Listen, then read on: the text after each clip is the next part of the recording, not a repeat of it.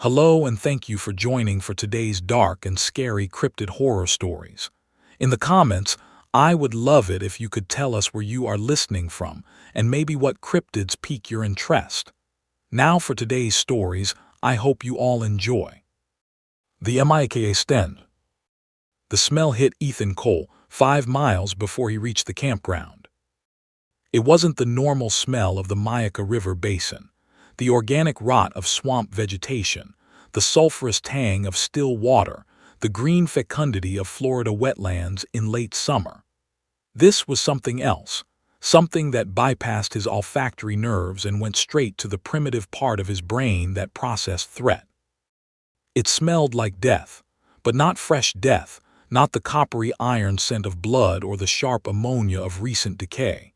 This was old death, buried death, the kind of smell that came from things that had been underground for years, fermenting, transforming, becoming something else entirely. And underneath it, something worse.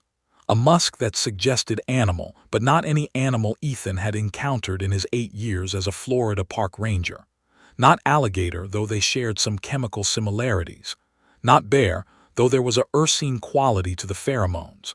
Something between the two and beyond both. Something that had its own category, its own evolutionary niche, its own rules. "Dispatch, this is Ranger Cole." He spoke into his radio, though he knew the response would be delayed. The Myakka backcountry was notorious for dead zones, places where radio signals went to die. "I'm approaching the remote campground at Sector 7. Got a report of damaged facilities and unusual odors. Will investigate and report back." Static answered him. Then faintly a voice. "Copy that, Ranger Cole. Be advised we got another call about 40 minutes ago. Hikers near Deep Hole. Said they heard something big moving through the brush. Then nothing. Can't raise them on their emergency beacon." "Copy. I'll check it out after I assess the campground." "Roger that. And Cole, watch yourself. The last ranger who went out there." The transmission cut off. Ethan waited for it to resume, but the radio remained stubbornly silent, filled with the hiss of cosmic background radiation. The last ranger who went out there. He knew that story. Everyone in the Florida State Park system knew that story, though it wasn't officially acknowledged. Tom Hendricks, missing 12 years ago, presumed dead. His patrol vehicle found abandoned, engine running, doors open. His equipment scattered across 50 yards of trail. And in the mud beside the river, handprints. Not human handprints, not bear prints, something in between. 5 fingers, but too long, too narrow, spaced in a way that suggested a palm structure unlike anything in the standard field guides. The official report blamed alligators. Unofficially, the rumor mill suggested something else. Something that had been seen in the Myakka Basin for decades, maybe centuries. Something that the Seminole called Esti Kapkaki, the stinking one. Something that modern cryptozoologists called the Myakka skunk ape. Ethan didn't believe in cryptids. He believed in science, in evidence, in the observable and the measurable. He'd seen enough weird things in the Florida wilds to know that nature was strange enough without adding supernatural elements. Gators that walked on their hind legs. Bears that stood 8 feet tall. Swamp gas that glowed with chemical luminescence. These were explainable phenomena, weird but natural. But as he drove his ATV along the overgrown trail to the remote campground, as the smell intensified until it made his eyes water and his stomach clench, Ethan found himself questioning his skepticism. He found the first evidence of disturbance a quarter-mile from the campground. Garbage cans, heavy steel construction designed to be bear-proof, had been shredded like aluminum foil. The metal was twisted into shapes that suggested enormous strength applied with precision, not the random destruction of an animal foraging for food. And the handprints were there, in the mud, just like the old reports described. Ethan crouched, ignoring the smell that grew stronger with every second, and examined the prints with the professional detachment that had served him well in a career that regularly involved dead animals and distressed campers. 5 fingers, definitely 5 fingers, but each one was elongated at least twice as long as a human finger relative to the palm size. The spacing was wrong, too wide at the base, suggesting a hand that could spread and grasp in ways that no primate hand should be able to. And the palm impression showed evidence of pads, like a raccoon or a bear, but arranged in a pattern that didn't match either. "What the hell?" he muttered, reaching for his camera. He photographed the prints from multiple angles, measured them with his tape. The span was 11 inches, palm to fingertip, and took soil samples. This was evidence. Real physical evidence that something had been here, something that didn't fit in the standard taxonomy. The campground itself was worse. The damage wasn't random. That was the first thing Ethan noticed. The tents had been shredded, yes, but shredded systematically, along the seams, as if something had been looking inside and wanted easy access to the contents. The coolers had been opened, not smashed, but opened, the latches manipulated with an intelligence that suggested tool use or at least sophisticated problem-solving. And the smell. God, the smell. It permeated everything. Clung to the nylon of the tents, soaked into the fabric of the camp chairs, saturated the very air until Ethan had to breathe through his mouth to avoid gagging. It was the smell of something that marked its territory with scent, that used odor as a weapon and a warning. Ethan moved through the campground methodically, cataloging damage, looking for campers. The site was supposed to be occupied by a group of university students, biology majors on a field study according to the reservation system. But there were no people, no bodies, no blood, just absence. He found their backpacks in a pile near the riverbank. 6 of them, arranged in a circle, zippers open, contents partially removed, textbooks on Florida ecology, sample collection kits, waterproof notebooks filled with observations about alligator behavior and bird migration patterns. And one notebook that was different. Ethan picked it up, his hands trembling despite his training, and read the last entry. October 14, 3:47 p.m. Heard vocalizations from the West Bank. Not gator, not bird, something between growl and speech. Saw movement in the cypress. Large, dark, bipedal, estimated height 7+ feet. Smell is overwhelming, sulfur and rot and something else. Something that smells like thinking. The entry ended there. The notebook was splattered with mud, with water, with something darker that Ethan didn't want to identify. He was about to call it in, about to retreat to his ATV and drive back to civilization and report what he'd found, when he heard the sound. It came from the river, from the cypress stand that marked the edge of deep water. It was a vocalization, just as the notebook described, something between a growl and a speech, a rumble that vibrated in Ethan's chest and made his teeth ache. And then he saw it. It was standing in the water, chest-deep in the dark flow of the Myakka, partially concealed by cypress knees and Spanish moss. But Ethan could see enough. He could see the size, easily 7 feet, maybe more. He could see the shape, bipedal but not human, the proportions wrong, the shoulders too broad, the arms too long. And he could see the eyes. They reflected his light like a deer's eyes, like an alligator's eyes, but with an intelligence behind them that neither of those animals possessed. They were red, he realized, red from the inside, bioluminescent or reflecting some spectrum of light that human eyes shouldn't be able to perceive. The creature stared at him. Ethan stared back. Neither moved. Then the creature opened its mouth, and the smell intensified, a wave of concentrated stench that made Ethan's vision blur, his knees weaken, his consciousness flicker at the edges. He raised his weapon. The creature didn't flinch. He aimed, center mass, just as he'd been trained, and fired. The sound of the gunshot was enormous in the swamp silence, echoing off the water, sending birds exploding from the canopy.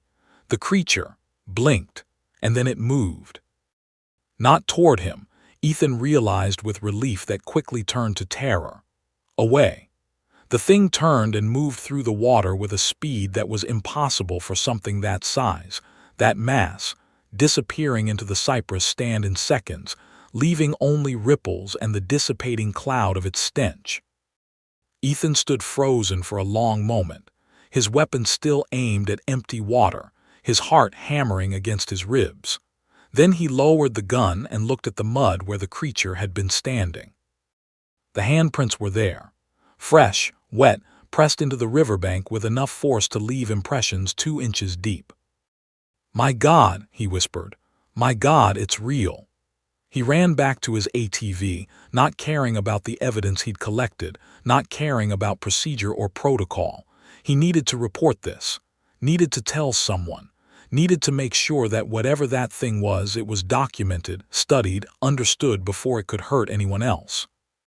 But as he drove, the smell followed him, not fading as it should have, intensifying, as if the creature was following him, pacing him, keeping just out of sight but never out of scent. Ethan drove faster, and the Myakka darkness closed in around him, full of eyes that reflected red in his headlights, full of movement that wasn't quite animal, full of the stench of something that had been waiting a very long time for humans to acknowledge its existence. He reached the ranger station at dusk, his hands shaking, his report incoherent.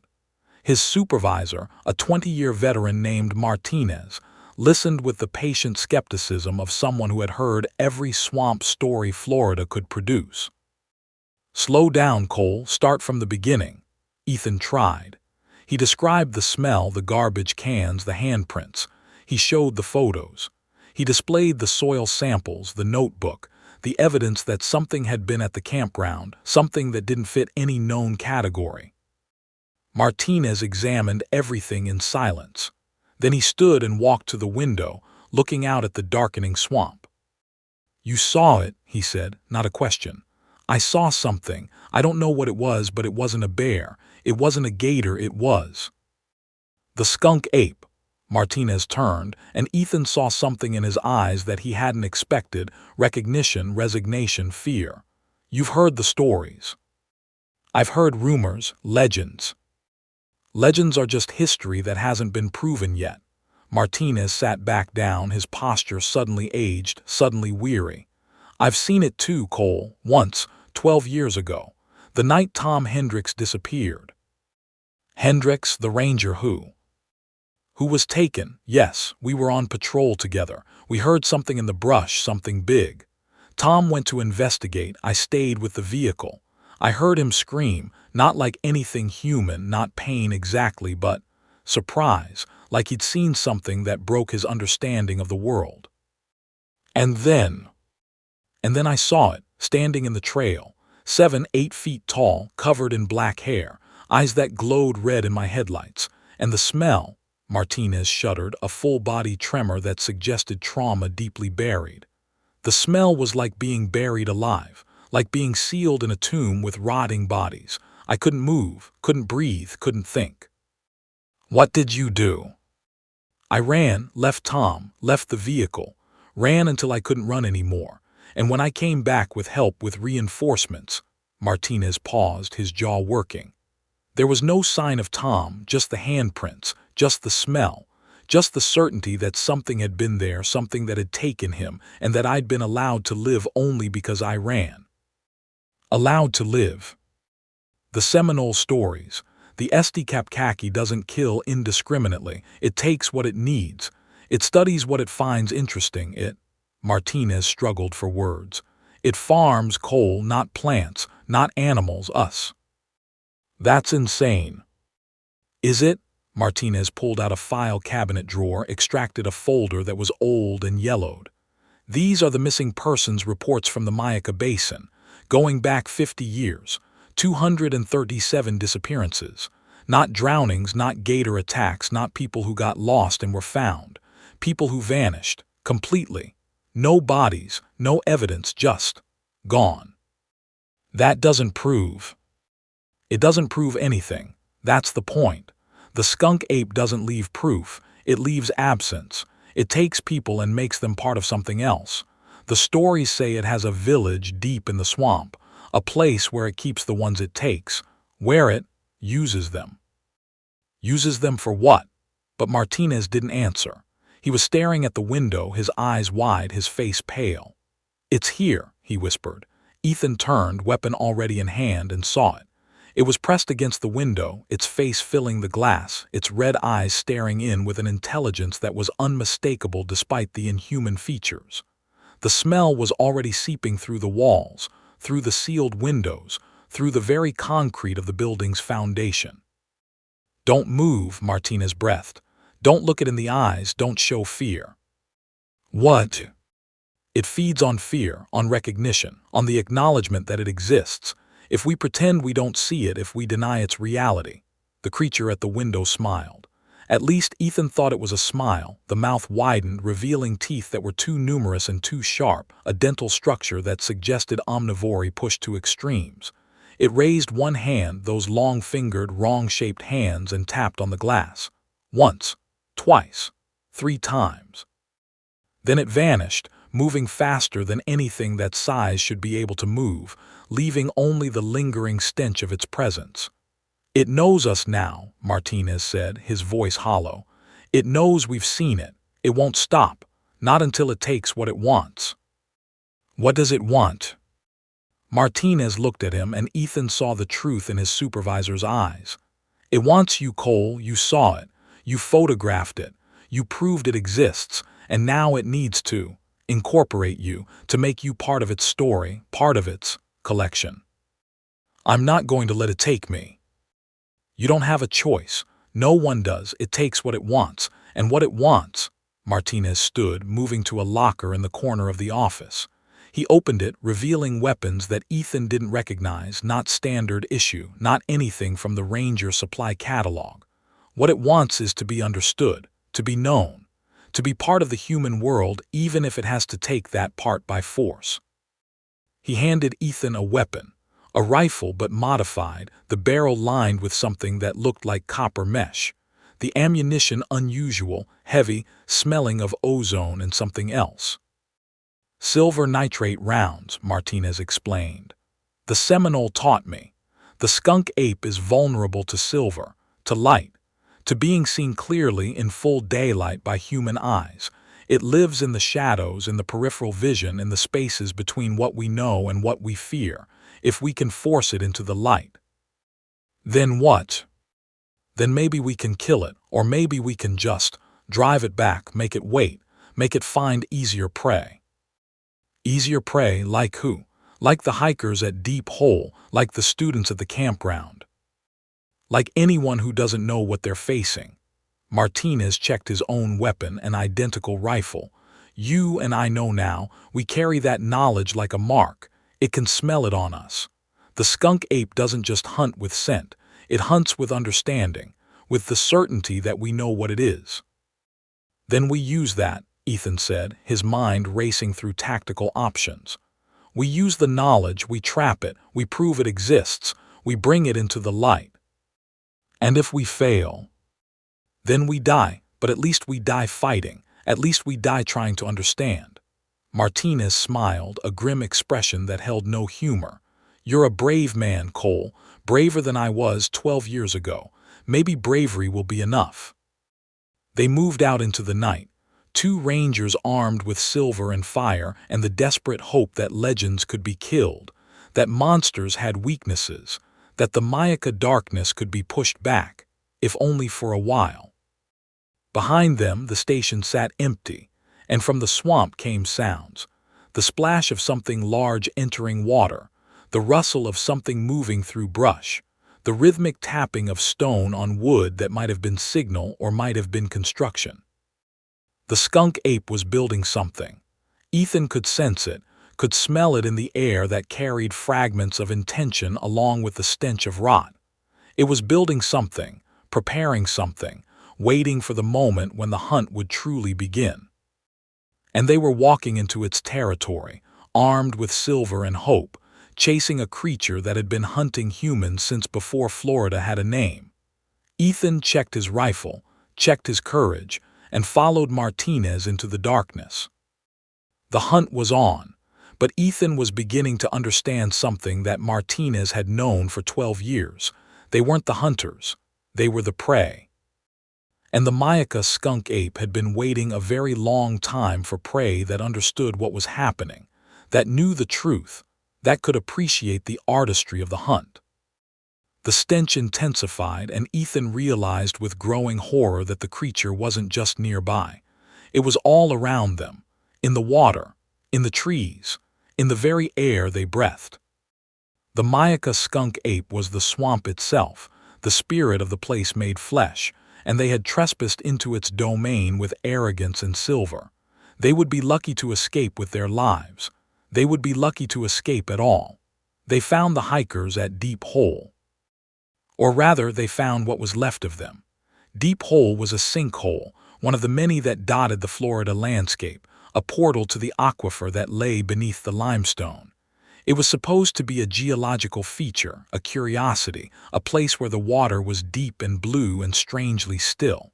It was still now, but the water was no longer blue, it was red.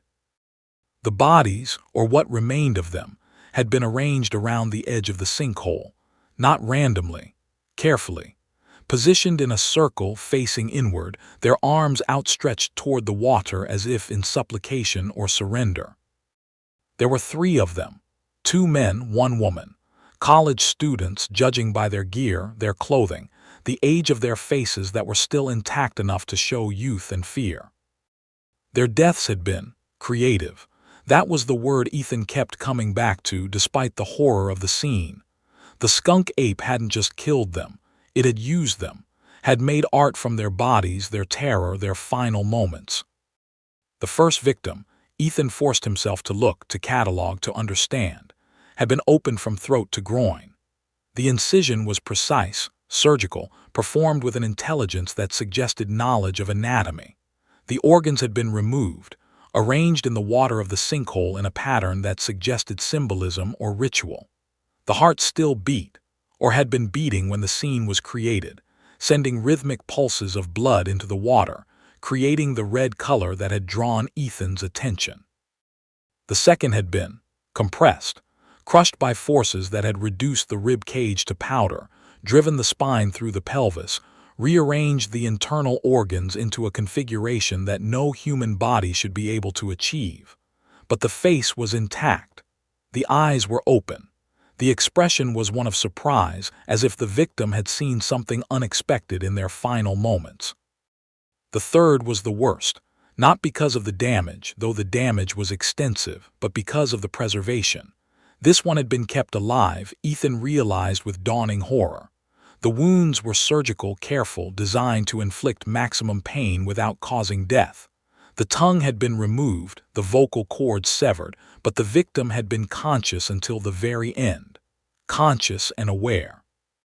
And the message, written in blood on the limestone beside the body, not English, not any language Ethan recognized. Symbols that suggested meaning without delivering it, a communication from something that thought differently, perceived differently, existed differently. "It's writing," Martinez whispered, his voice hoarse. "It's never written before, it's never communicated." "It's communicating now." Ethan crouched, ignoring the smell that was everywhere now, the stench of the creature that had done this. "It's telling us something, showing us something." "What?" "That it knows we're here, that it knows we're hunting it, that—" Ethan paused, his mind making connections that his training told him were impossible. "That it's hunting us too. This isn't just defense, this isn't just predation, this is invitation." Invitation. "It's inviting us to play, to hunt, to be part of whatever this is." Martinez stared at the scene, his face pale in the beam of Ethan's flashlight. "You're saying it's intelligent, that it's communicating." "I'm saying it's more than an animal. Animals don't write messages. Animals don't arrange bodies in patterns. Animals don't." Ethan gestured at the scene, at the artistry of death, at the message written in blood. "This is something else. Something that thinks, plans, creates." "The stories," Martinez said quietly. "The Seminole stories. They say the Estikapkaki is a person, or was a person once. Something that chose to become something else. Something that learned to live in the swamp, to become part of it, to use it." A person, or the memory of a person, the spirit of someone who went into the swamp and didn't come back, who became this. They searched the area, looking for signs of the creature, for evidence of its passage. They found tracks, the same handprints Ethan had seen at the campground, but more numerous now, surrounding the scene, suggesting multiple individuals or multiple visits. And they found the journal. It was in a waterproof bag, tucked into the pocket of the third victim. The handwriting was shaky, the entries made under extreme stress, but they were legible. Ethan read them aloud, his voice trembling. Day 1, heard sounds at night, heavy breathing. Smell is terrible, we're being watched. Day 2, found tracks. Handprints, too big, too wrong. Mike wants to leave, but we can't get a signal. We're going to hike out tomorrow. Day 3, it came into camp, stood at the edge of the firelight, just watched, 7 feet tall, black fur, red eyes. It didn't attack, it just looked like it was studying us, learning us. Day 4, Mike is gone. We woke up and he was just gone. His sleeping bag was empty, but there was no sign of struggle, just the smell. The smell was everywhere. Day 5, Sarah and I are hiding in the sinkhole area. We think it's following us. We think it wants something, not just food, something else. Day 6, it's talking to us, making sounds that almost sound like words. Sarah thinks it's trying to communicate. I think it's trying to lure us out. Last entry, it's here, in the cave, in the water, everywhere. Sarah went to talk to it. She thought it was lonely. She thought it wanted company. I'm writing this in case someone finds us. Don't look for us. Don't try to help. Just stay away from deep holes. Stay away from the smell. The entry ended there. Ethan closed the journal, his hands shaking. It took them, he said. Took them alive, used them, and then displayed them. Why? Martinez asked. Why display them? Why write the message? Because it can, because it wants us to know, because Ethan looked at the bodies, at the arrangement, at the message in blood. Because this is how it communicates, through death, through transformation, through the unmaking of human beings. They heard the sound then, the same sound Ethan had heard at the campground, that rumbling vocalization between growl and speech, but now it was closer. Now it was answered by other voices, other rumblings, a chorus of communication that suggested not one creature but many. It's not alone, Martinez whispered. The stories say there's only one, but there are more. Ethan raised his weapon, scanning the darkness. A family, a tribe, a village. The sounds intensified, movement in the brush, the splash of something large in the water, the rustle of something climbing in the trees. We need to move, Martinez said, now, while we still can. They ran, not back toward the ranger station. That was too far, too exposed. They ran toward higher ground, toward the limestone ridges that offered some vantage point, some defensive position. They ran through water that was too warm, through brush that seemed to reach for them, through darkness that was alive with watching eyes. Behind them the chorus continued, and beneath the sounds of pursuit Ethan heard something else, something that sounded almost like laughter, low, rumbling, satisfied. It was enjoying this. The hunt, the chase, the terror. They reached a ridge, a limestone outcropping that offered a view of the surrounding swamp. Ethan scrambled up, pulling Martinez behind him, and they turned, weapons ready, to face whatever emerged from the darkness. The skunk apes, because there were multiple, Ethan could see that now, emerged from the water, from the trees, from the very ground itself. 5 of them. No, 6, 7. More appearing with each moment, surrounding the ridge, cutting off all escape. They were similar but not identical, variations in size, in coloration, in features. Some had more human faces, others more animal. Some walked upright, others knuckle-walked like apes. But they all shared the red eyes, the black fur, the terrible smell that intensified as they gathered. And they all wore something, around their necks, bracelets on their wrists, decorations that glinted in the moonlight. Human teeth, human bones, the remains of previous victims worn as jewelry, as trophies, as identification. There, Civilized, Ethan whispered, the realization hitting him with physical force. They have culture, they have traditions. They're monsters, Martinez corrected, raising his rifle. They're people. Ethan lowered his weapon slowly, carefully. Or they were, once. Look at them. They're not just hunting, they're welcoming. They're showing us their home. They're showing us what they'll do to us. Or what they've done to others, what they want to do to us. The largest of the creatures, the alpha if they had alphas, stepped forward. It was the same one Ethan had seen at the campground, he was certain of it. The same size, the same posture, the same intelligent eyes. It raised one hand, those long fingers spread and made a gesture, not threatening, not aggressive, inviting. It wants us to come, Ethan said. I'm not going anywhere with that thing. We don't have a choice. Ethan gestured at the circle of creatures, at the impossibility of escape. There are too many, we can't fight our way out. Our only chance is to understand, to communicate. Communicate with what? With something that kills and displays, with something that writes in blood. With something that wants to be understood, that needs to be understood. Ethan stepped forward off the ridge toward the creature that waited.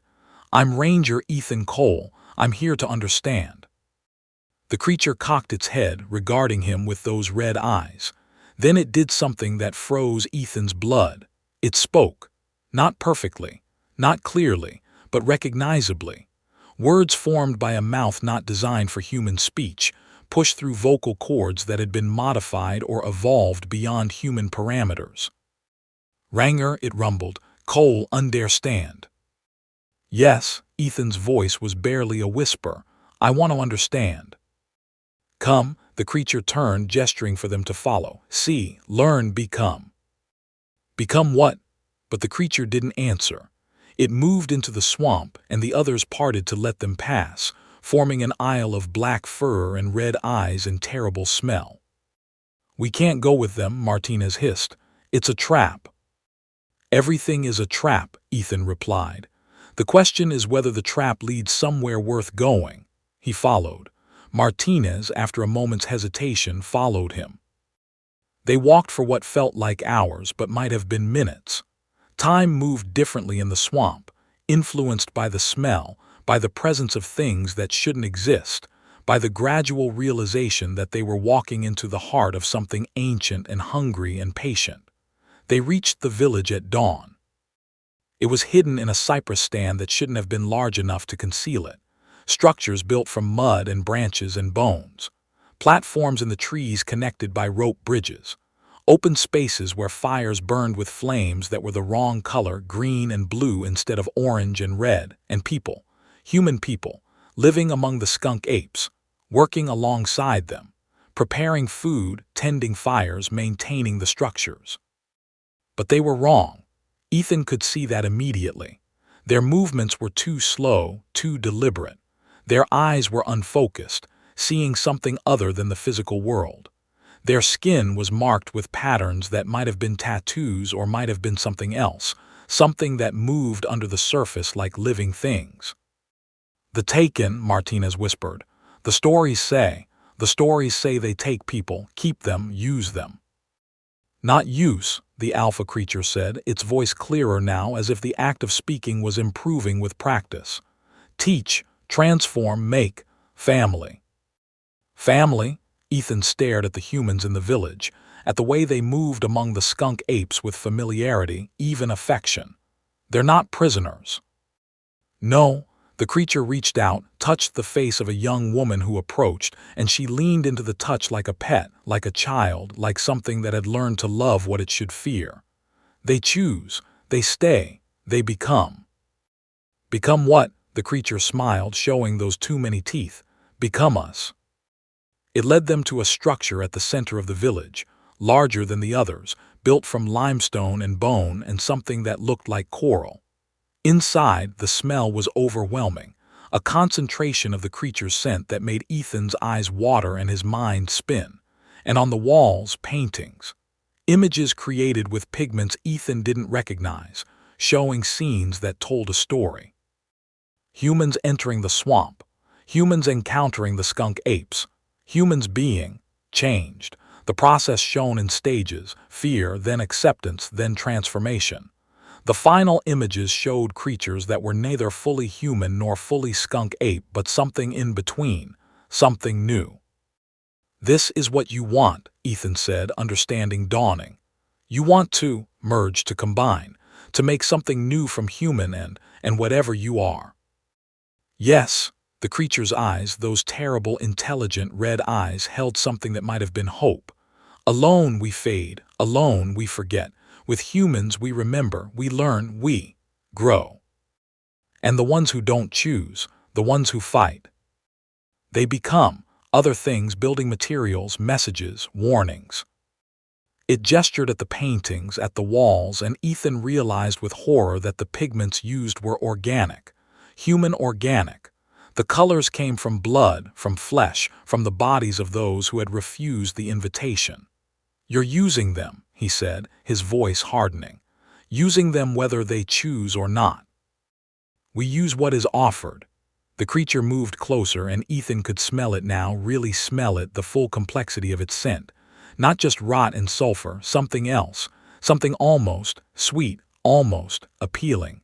"We offer choice, some choose, some don't. Those who don't, they serve other purposes." "And us, what choice are you offering us?" The creature reached out, those long fingers hovering near Ethan's face. "You are interesting, you see, you understand, you could be teacher, could help others understand, could bridge between your kind and mine. And if I refuse, then you become paint." The creature's hand dropped, gesturing at the walls. "Or you become dinner, or you become warning for others who come after. And if I accept, then you become family." The creature smiled again, and this time there was something almost gentle in the expression. "You become part of something older than your civilization, something that will outlast it, something that remembers." Ethan looked at Martinez, at the expression of horror and fascination on his supervisor's face. He thought of the hikers at Deep Hole, of the students at the campground, of Tom Hendricks who had disappeared 12 years ago. He thought of his life, his small apartment, his routine patrols, his gradual slide into middle-aged obscurity, and he thought of what was being offered, not just survival but transformation, not just existence but purpose, a connection to something ancient and strange and utterly other. "I need time," he said, "time to think." "Time is," the creature began, then paused as if searching for the concept. "Time is different here, but yes, time you may have, but not much. The swamp is hungry, it always hungers, and we must feed it." They were shown to a shelter at the edge of the village, a structure that was half cave, half construction. They were given food, meat that might have been animal or might have been something else, and water that tasted of minerals and something sweet, and they were left alone. "We have to escape," Martinez said immediately, his voice low. "Tonight, while there, whatever they're doing." "And go where?" Ethan asked. "Back to the world, to pretend we didn't see this, to pretend this doesn't exist." "It's monstrous, Cole. It's using people, killing people, turning them into whatever that is." "Is it?" Ethan gestured at the village, at the humans who moved among the skunk apes with apparent contentment. "They don't look like prisoners, they look like converts, like people who found something they were missing. They're brainwashed, drugged, that smell. It affects the mind. You saw what it did to us back at the station. The hallucinations, the paralysis, it's chemical warfare. Or it's communication, a different kind of language." Ethan stood, moving to the entrance of their shelter, looking out at the village. "They're not monsters, Martinez, they're something else, something we don't have words for, and they're dying, you can see it. The village is small, there are only a few of them, they need us.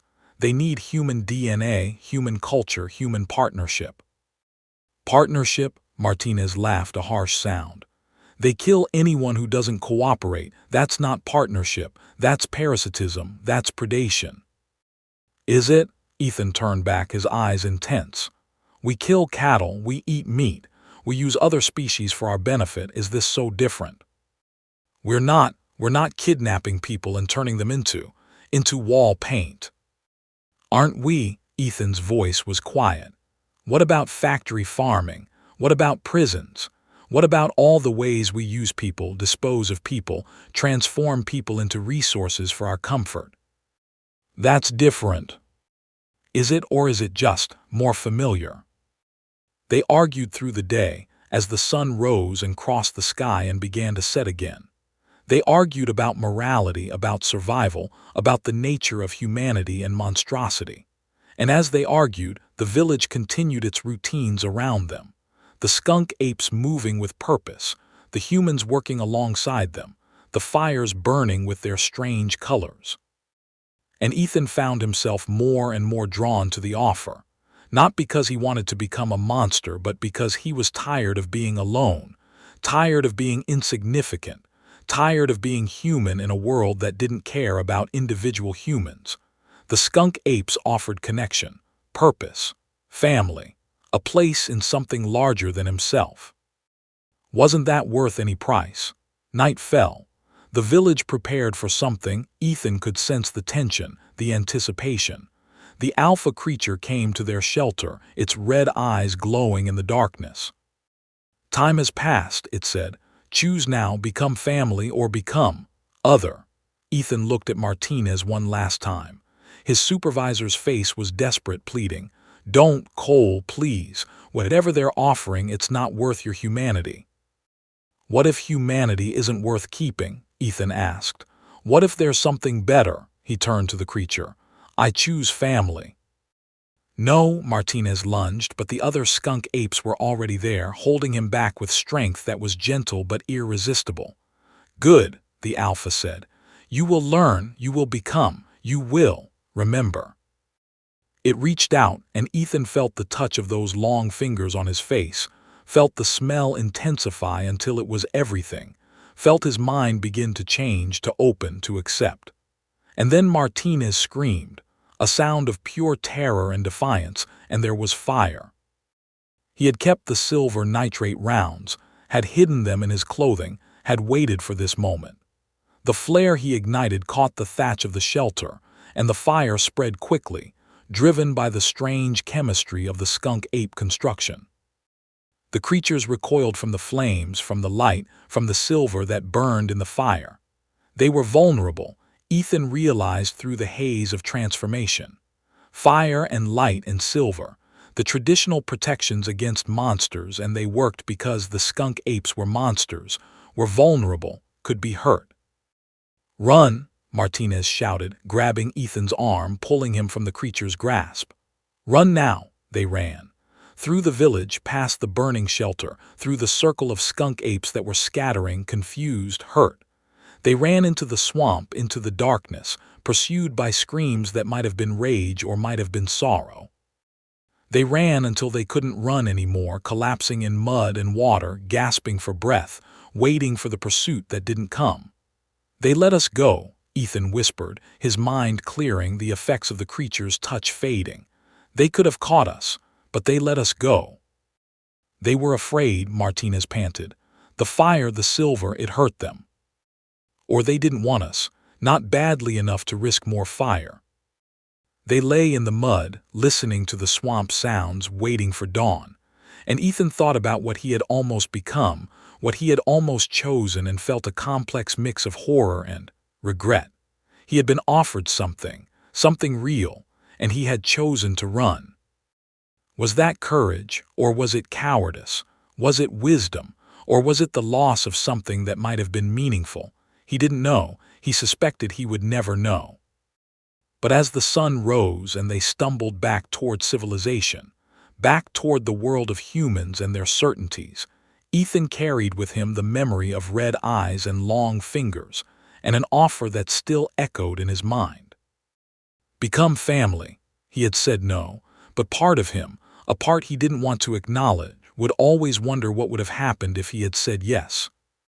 They reached the ranger station at noon, called for help, reported the deaths, the village, the creatures, were met with skepticism, disbelief, the gentle suggestion that they had experienced trauma, hallucination, temporary insanity. The bodies at Deep Hole were recovered. Officially, the deaths were attributed to alligator attack. Unofficially, the file was sealed, marked unexplained, buried in the archives of things that couldn't be acknowledged. And Ethan Cole went back to his life. His small apartment, his routine patrols, his gradual slide into middle-aged obscurity, but he couldn't forget, couldn't unsee, couldn't pretend that the offer hadn't been real. The skunk apes were still out there, still waiting, still offering transformation to those who were desperate enough, lonely enough, lost enough to accept. And Ethan knew with a certainty that he couldn't explain that he would see them again. One day, when he was ready, when the human world had failed him enough, when the offer became too tempting to refuse, the Myakka Stench was still in his nostrils, still in his memory, still calling him back to the swamp. And someday, he knew, he would answer. 3 weeks after Deep Hole, after the village, after the offer that still haunted his dreams, Ethan Cole sat in a diner on the edge of the Everglades, nursing a coffee that had gone cold an hour ago. His arm was in a sling, a souvenir of the flight through the swamp, a fall that had dislocated his shoulder and left him with scars that he would carry for life. The news played on a television mounted above the counter, the volume low but the words still audible.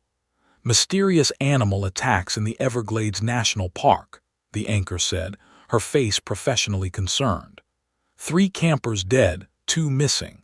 Authorities are investigating, but early reports suggest alligator activity. Ethan knew better. He could smell it even here, even through the diner's grease and coffee and humanity. The Myakka skunk ape, the Estikapkaki, wasn't confined to the Myakka River basin. It was migrating, spreading, following the waterways that connected the wetlands of Florida into a single vast network. And it wasn't alone. The television showed footage of the attack site, shredded tents, scattered equipment, the familiar handprints in the mud. The camera panned across the scene, and Ethan saw what the news crew didn't. The subtle arrangements, the careful placement of objects, the signs of intelligence and intention that marked skunk ape activity. The reporter was interviewing a park ranger, a young woman who looked terrified despite her professional composure. "We're advising all visitors to exercise caution," she said, "to stay on marked trails, to report any unusual activity." Unusual activity. Ethan laughed, a bitter sound that drew looks from the other diners. Unusual activity. That was one way to describe an ancient species of intelligent humanoids that used scent as a weapon, that could mimic human speech, that offered transformation and death with equal casualness.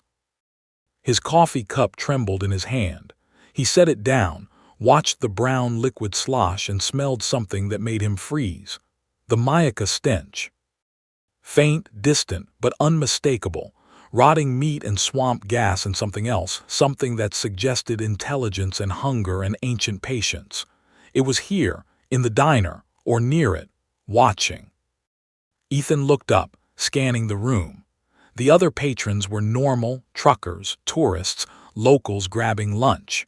No one looked like they smelled what he smelled. No one reacted to the presence that he could feel pressing against the edges of his perception. Then he saw it. Outside the window, a shape in the parking lot, half concealed by a semi-truck, watching him through the glass with red eyes that didn't reflect the sunlight. It was the Alpha, the one from the village, the one who had offered him family. Their eyes met. Ethan felt the familiar paralysis, the familiar sense of his mind being read, his intentions being weighed. The creature raised one hand, those impossible fingers, and made a gesture, not threatening, not aggressive, inviting. Then it was gone, moving with that impossible speed, disappearing behind the truck, leaving only the lingering scent of its passage. Ethan stood, dropping money on the table, and ran outside. But the parking lot was empty. The creature was gone, and the smell was fading, dispersing on the afternoon wind. But it had been here. It had found him. It was still watching, and it was patient. Back at his apartment, a small unit in a complex that catered to seasonal workers, tourists, people who didn't stay long enough to notice their neighbors. Ethan packed a bag.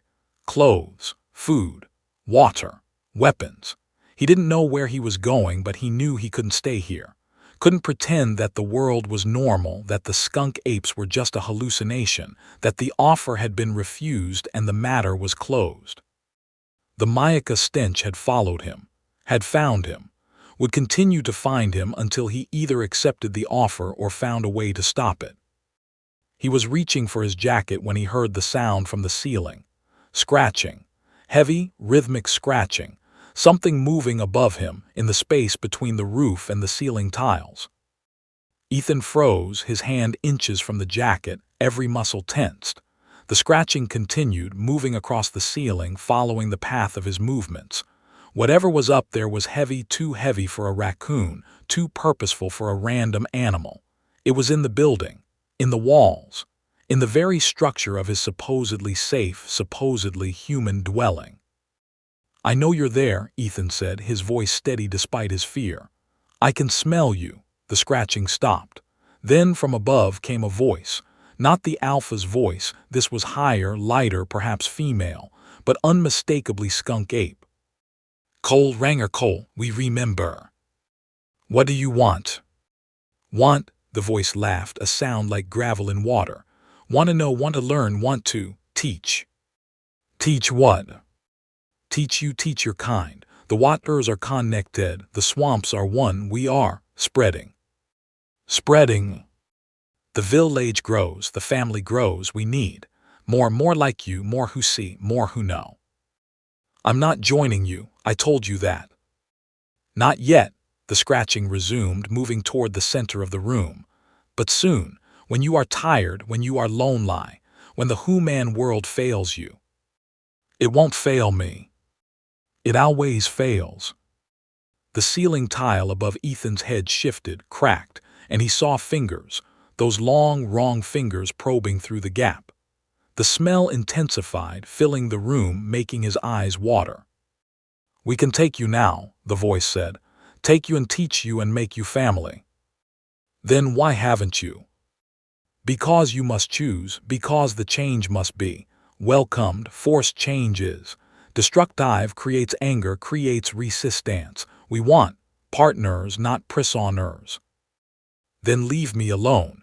Let me make my choice in my own time." "Time is running." The fingers withdrew and the ceiling tile settled back into place. "The humans are no ticing.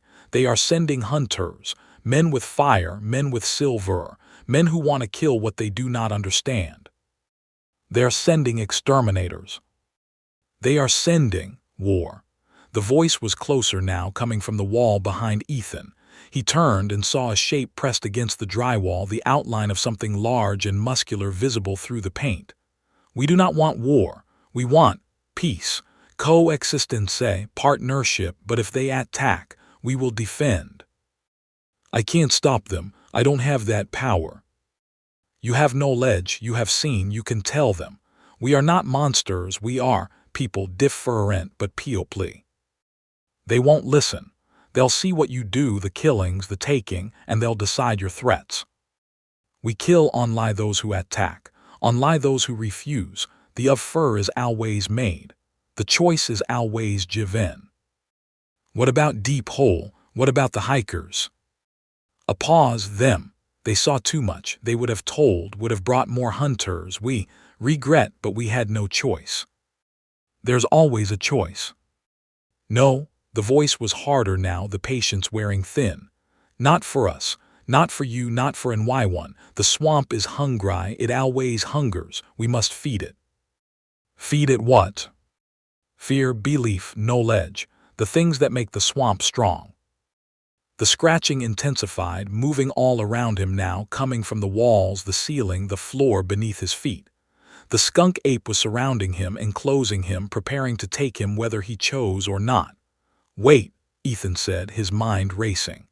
"You said you wanted partnership, wanted me to choose. Let me go now and I'll try to help. I'll talk to people. I'll try to explain." "You will run, you will hide, you will forget." "I won't forget, I can't forget. I have the smell in my nose, in my clothes, in my memories I'll never forget.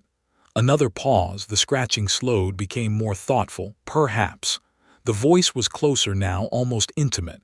Perhaps you are different. Perhaps you can be. Bridge. Bridge between what? Between your kind and mine. Between those who would kill and those who would be killed. Between the swamp and the civilization. I'll try, that's all I can promise. I'll try. The scratching stopped. The smell began to fade, dispersing through cracks and vents, retreating into the spaces where skunk apes lived. You have time, the voice said, distant now, fading. Not much, but some. Use it. Wise lie. Then silence. The apartment was empty. The smell was gone. Ethan was alone. He stood there for a long time, his heart hammering, his mind racing. Then he finished packing, grabbed his bag, and left. He didn't know where he was going, didn't know what he would do, only knew that he couldn't stay here, couldn't pretend that the world was normal, that he was safe, that the skunk apes were just a bad memory. They were real. They were here. They were spreading.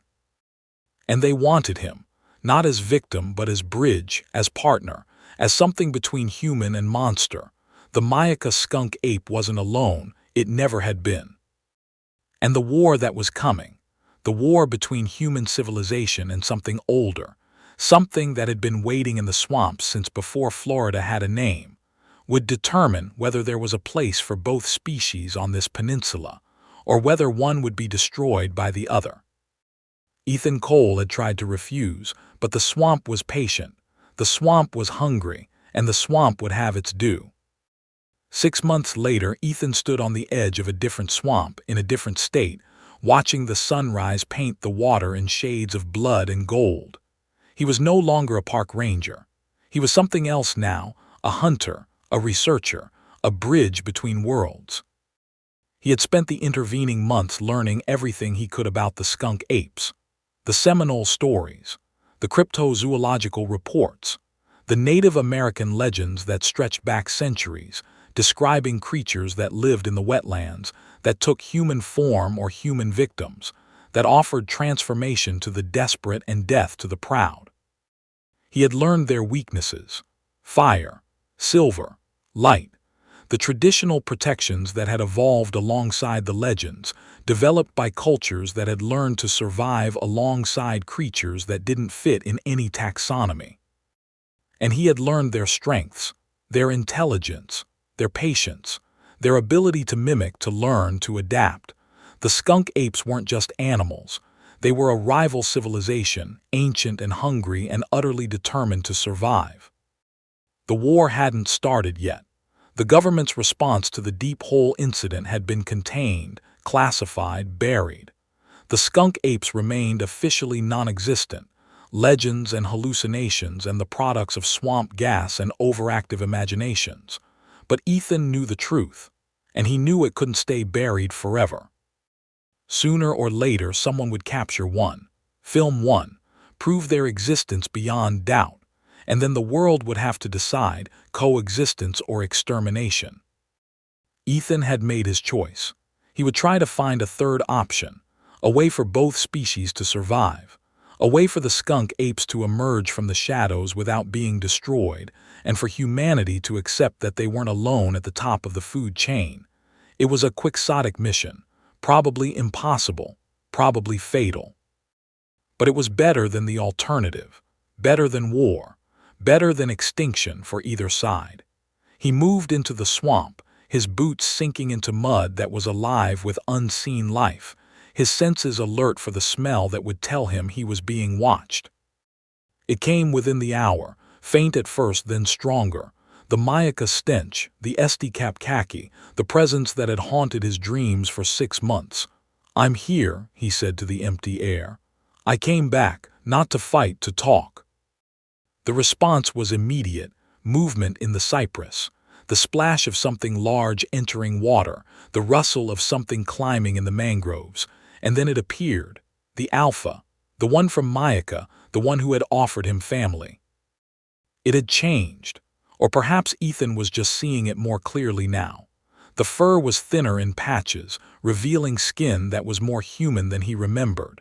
The face was more expressive, capable of emotions that were almost readable.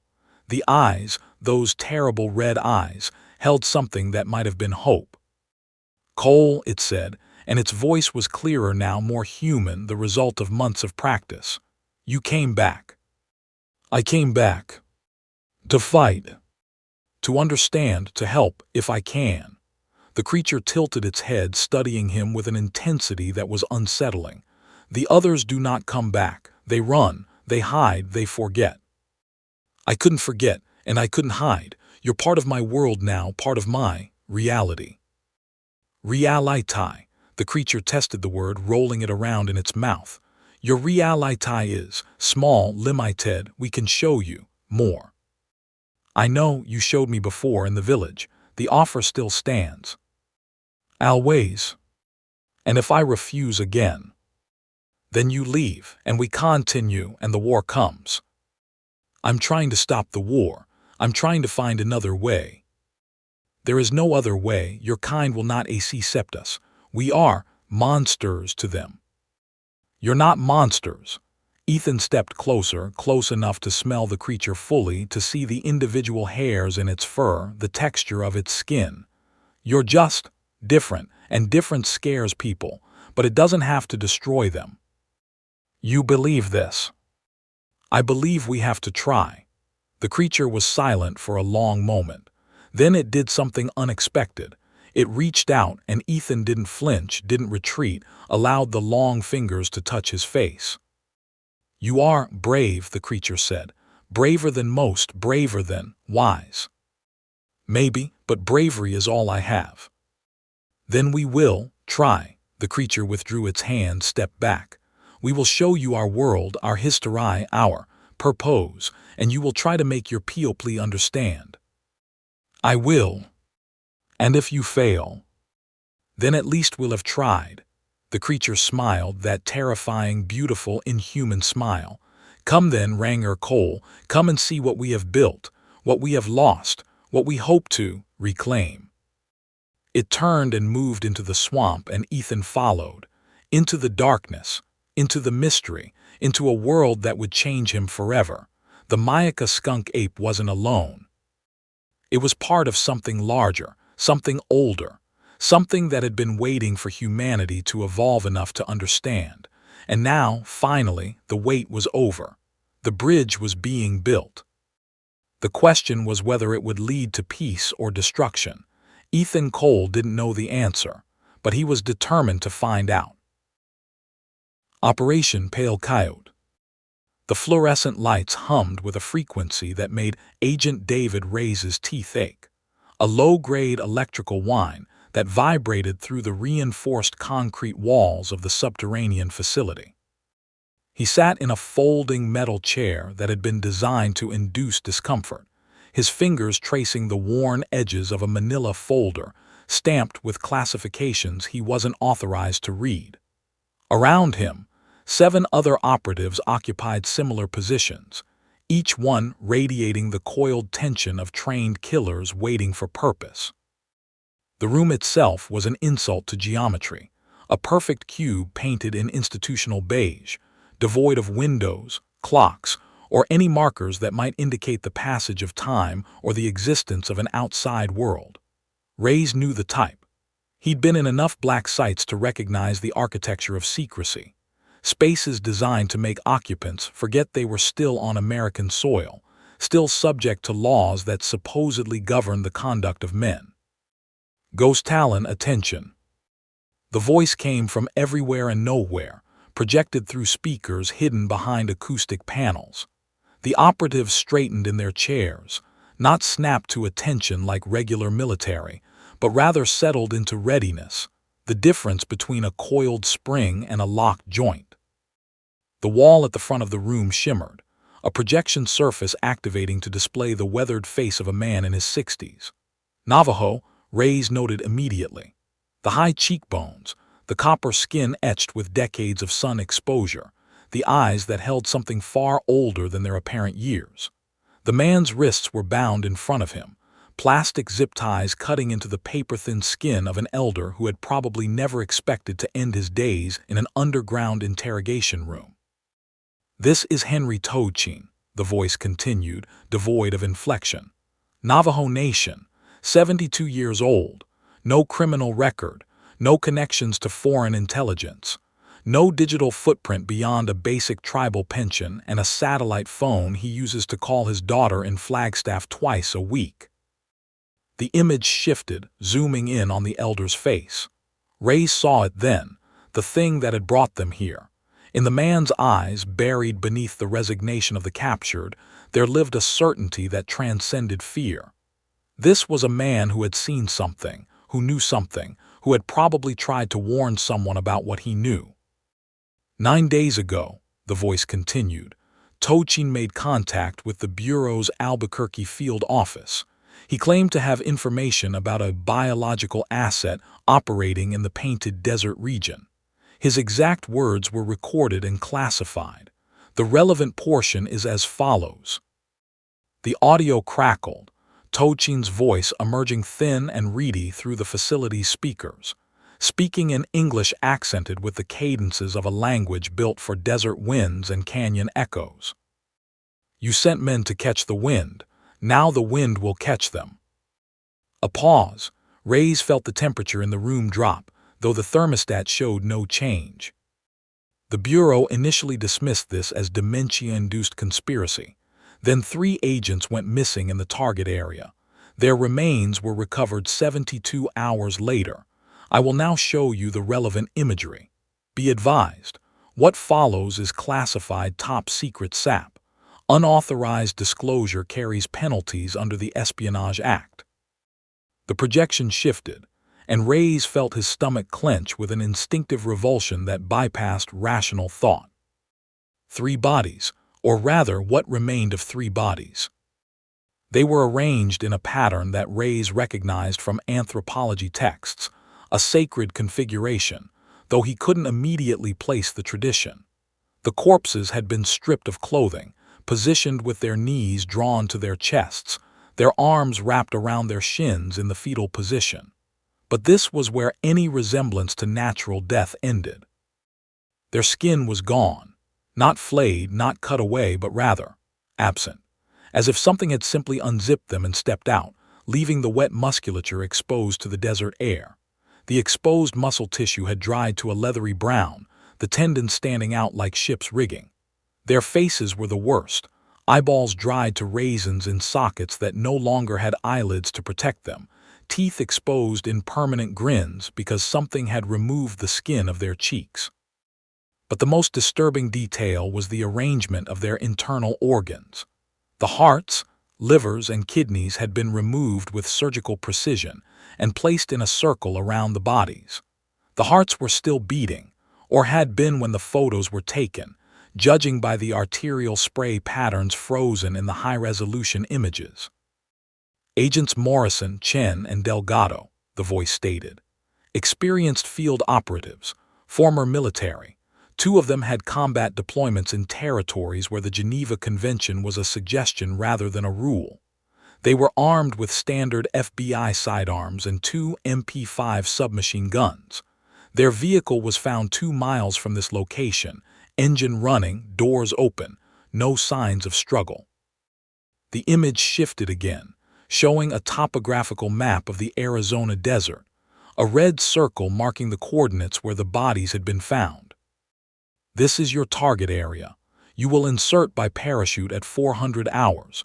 Your mission is to locate, secure, and extract a biological asset designated Pale Coyote. This asset is to be captured alive. Lethal force is authorized only in self-defense, but be advised, the asset is considered extremely dangerous and potentially contagious. Full NBC gear is mandatory. Rays raised his hand. In the military, this would have been protocol. In Black Ops, it was a gamble. Question Agent Rays. The Navajo elder, what does he have to do with this?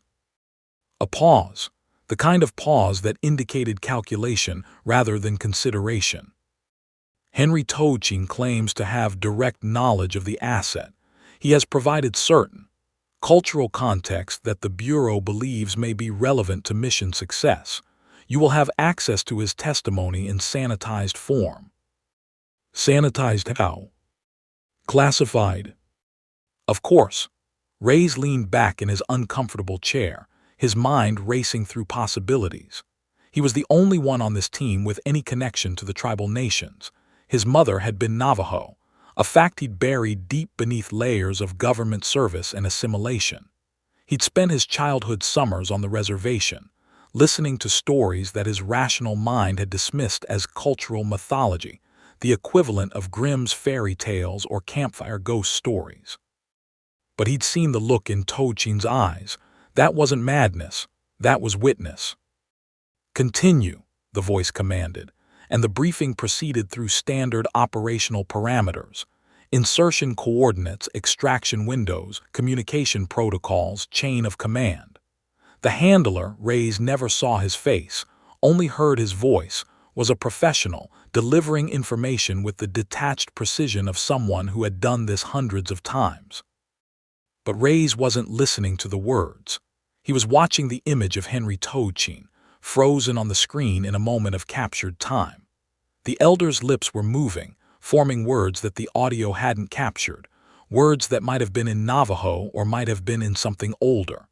And in the background, just barely visible, Reyes could see the corner of a handwritten note in Tochin's handwriting, a note that the sanitization process had somehow missed.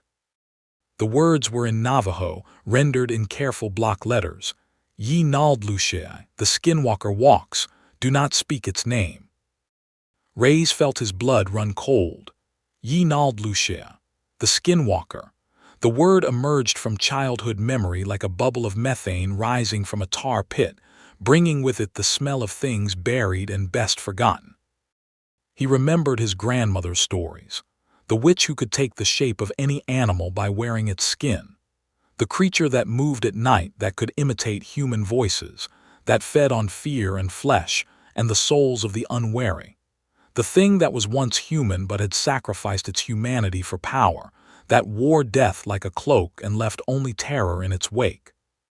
These were the stories that had sent him to sleep with his blankets pulled tight around his neck, the stories that had made him afraid of coyotes crying in the night and strange shadows moving at the edge of firelight. Stories he had dismissed as superstition, as primitive attempts to explain the inexplicable, as cultural artifacts with no relevance to the modern world.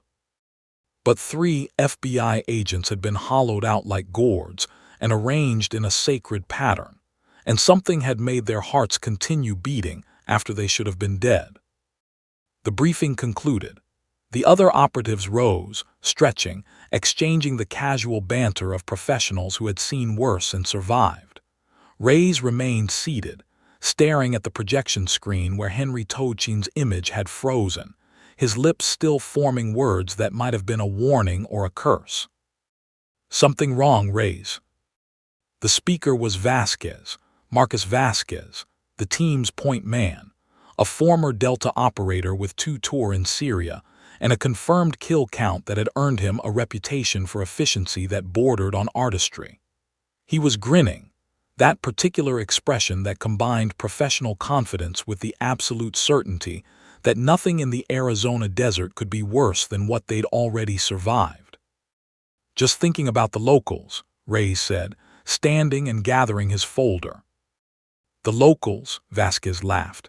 This is Arizona, man. The locals are retirees and meth heads. We handled worse in Anbar. This isn't Anbar. No shit.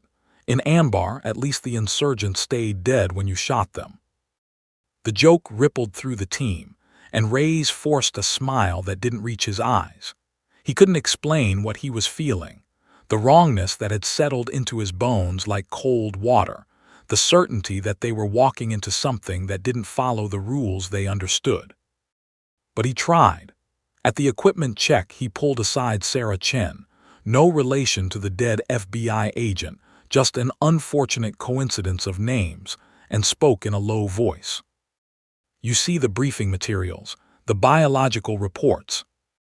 Chen was their science officer, a PhD in microbiology who had been recruited from USAMRIID after she'd published a paper on extremophile bacteria that the government found interesting. She was small, intense, and utterly devoid of the social skills that would have made her employable in academia. Saw them, nothing remarkable, some kind of prion disease maybe, or a previously undocumented parasitic infection. The tissue samples showed signs of rapid decomposition combined with anomalous preservation, contradictory findings that suggest either contamination or a novel biological process. And the bodies, the way they were arranged. Post-mortem manipulation, ritualistic behavior, not uncommon in certain types of psychotic break or cult activity. And the hearts. Chen paused. For the first time, something flickered in her eyes, uncertainty, or perhaps the first shadow of doubt. That was anomalous. The tissue samples showed continued metabolic activity consistent with living cardiac tissue, despite the absence of blood supply or nervous system connection, as if something was maintaining the cells externally. Maintaining them how? Unknown. The samples degraded before comprehensive analysis could be completed. The lab techs called it rapid spontaneous necrosis.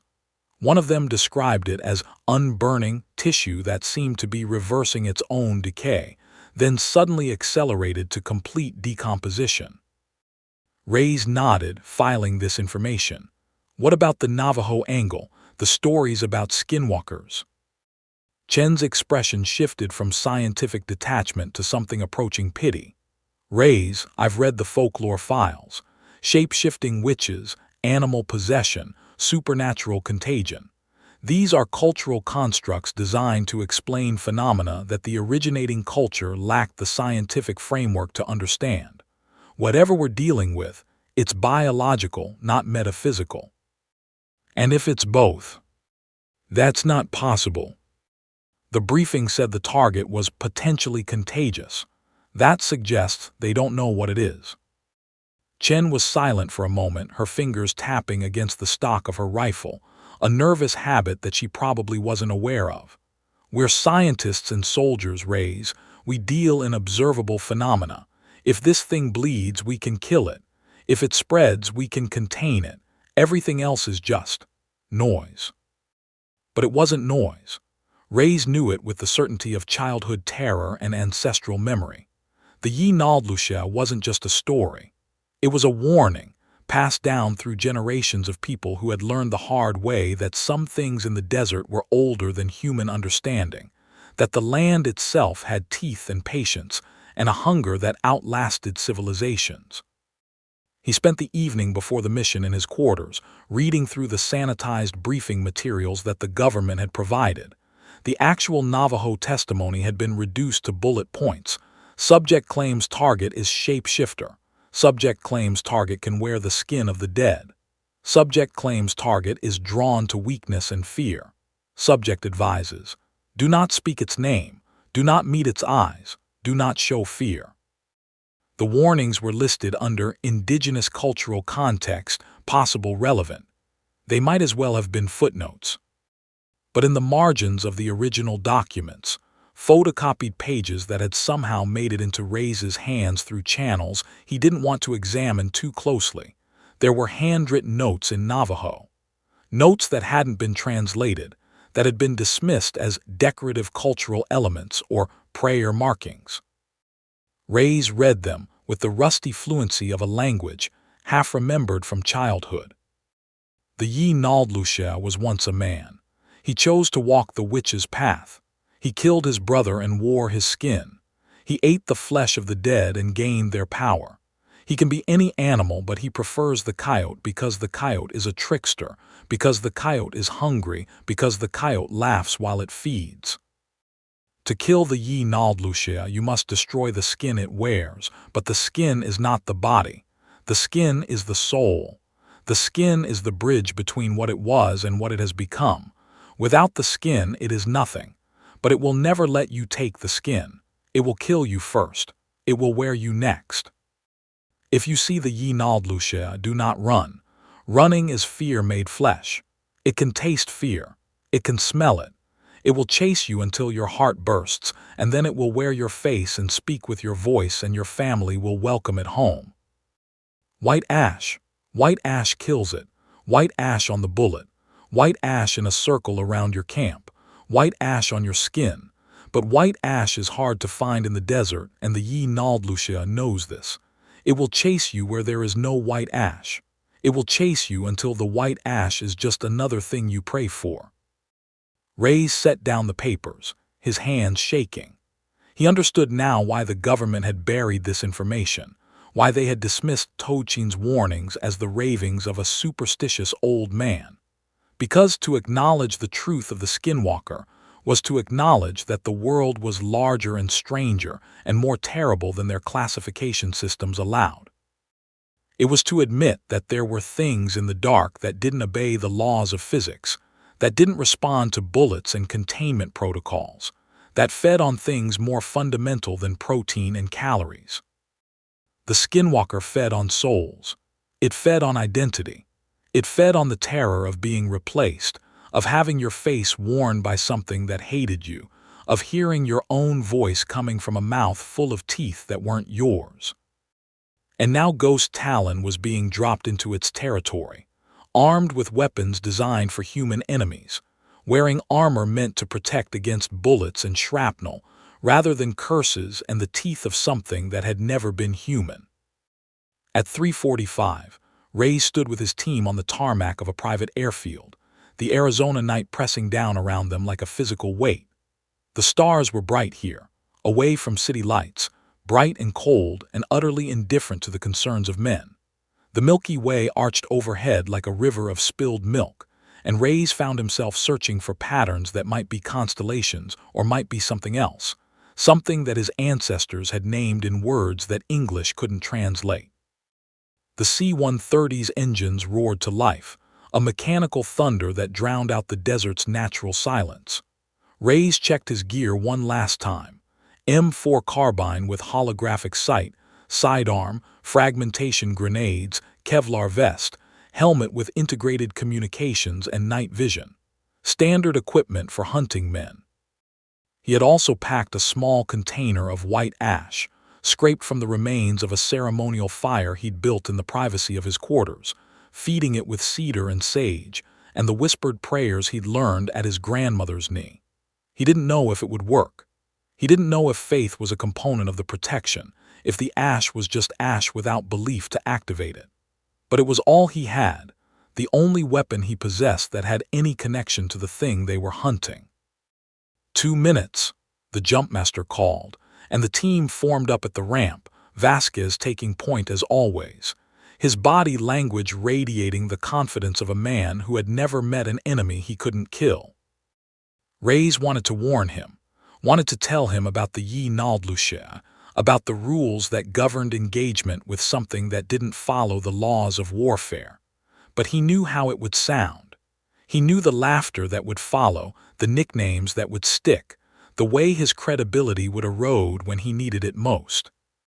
So he kept his silence and watched the ramp descend, revealing a world of stars above and darkness below, the desert a black void waiting to swallow them.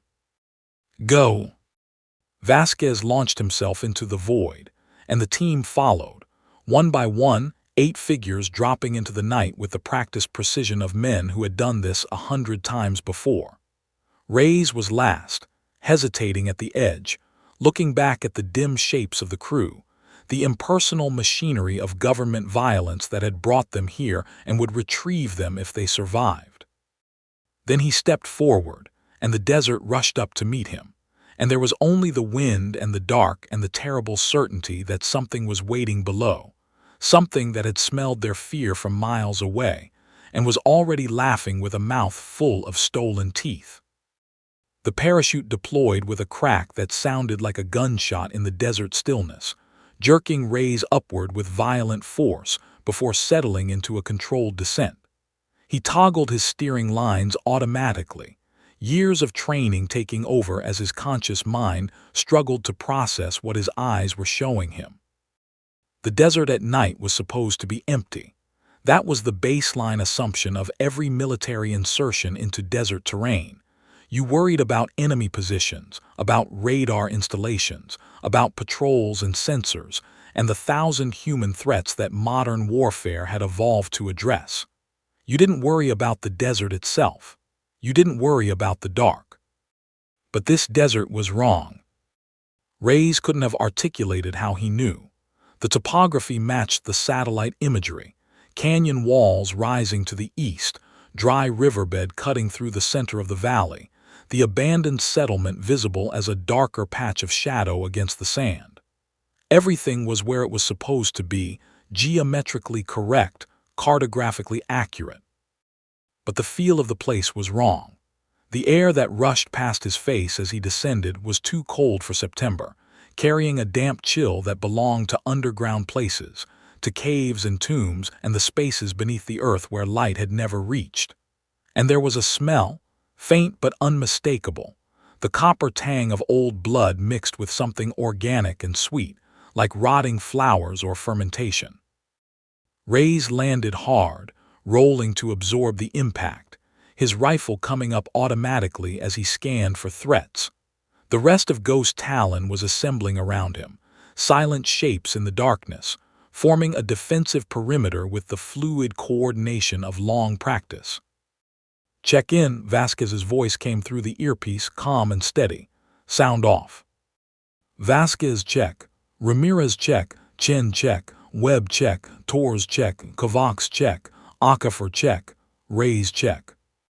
8 voices, 8 confirmations. Reyes felt a fraction of tension release from his shoulders. Whatever else this mission held, they were a team, professionals who had survived worse than desert darkness. "Move out," Vasquez ordered. "Primary objective is the settlement. We set up overwatch, then sweep for signs of the asset. Remember, non-lethal containment preferred, but you see something that looks like it's going to kill you, you put it down hard." They moved through the desert in tactical formation, boots crunching on sand that seemed to absorb sound unnaturally. Reyes took rear guard, his eyes constantly scanning the canyon walls that rose around them like the teeth of some enormous buried beast. The starlight was bright enough to navigate by, but it cast everything in shades of silver and black, transforming familiar shapes into potential threats. It was the silence that got to him first. The desert was never truly silent. There were always sounds, the scuttling of insects, the rustle of wind through dry vegetation, the distant calls of night birds. But here in this valley there was nothing. No insect noise, no wind, just the whisper of their own passage and the rhythmic thud of their boots against the sand. "Anyone else getting static on their comms?" Webb's voice, tight with an edge of concern. Reyes checked his own headset. The signal was clear, green lights showing full connectivity to the satellite network. But when he keyed his mic to respond, he heard it too, a faint crackling underlying the transmission, like radio interference from a distant storm.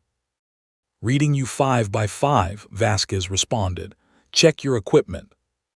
"Equipment's fine. It's the signal, like some things, bleeding into the frequency." "Focus on the mission, Webb. We'll troubleshoot comms at the rally point." They pressed on. The settlement came into view gradually, resolving from shadow into the skeletal remains of human habitation. Adobe walls crumbled under the assault of decades, roofs collapsed inward, doorways gaping like mouths in faces of eroded clay. Reyes knew from the briefing that this had been a Navajo community, abandoned in the 1950s when the government had relocated families to make room for a missile testing range that had never materialized. It should have been a simple site, empty, cold, devoid of life. But as they approached the first standing structure, Reyes felt the hair on his arms rise, his body's primitive warning system triggering at stimuli his conscious mind couldn't identify. "Vasquez, hold up." The point man stopped, turning with a questioning gesture. Reyes moved forward, his weapon at low ready, his eyes scanning the darkness within the ruined building. "What is it?" Reyes didn't answer immediately. He was staring at the wall above the doorway, where something had been hung, strung up like a banner, impaled on stakes that had been driven into the adobe. It was a coyote, or had been before whatever had been done to it. The animal had been skinned completely, the pelt removed with surgical precision, and hung beside the eviscerated body. But it was the arrangement of the remains that made Ray's breath catch in his throat. The skin was stretched between the stakes, spread out like a display, the head still attached, the empty eyes staring down at the doorway like a guardian or a warning.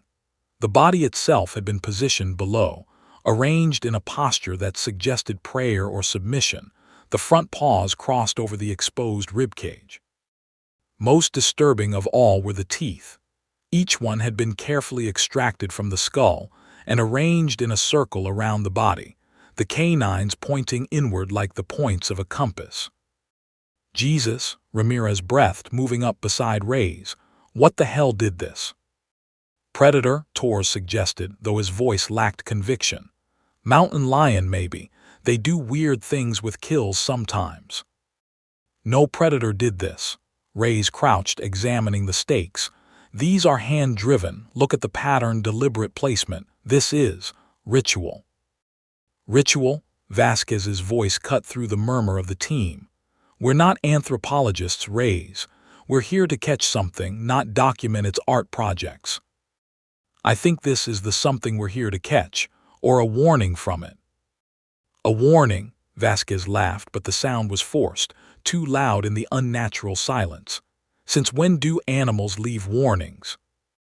Since always, Ray's said quietly.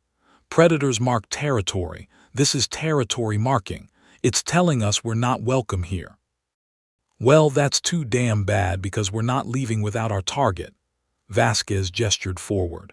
Spread out, standard search pattern. Ray's, you're with me on point. The rest of you, keep your eyes open and your safeties off. They moved through the settlement, and Ray's felt the wrongness intensify with every step. The buildings weren't just abandoned.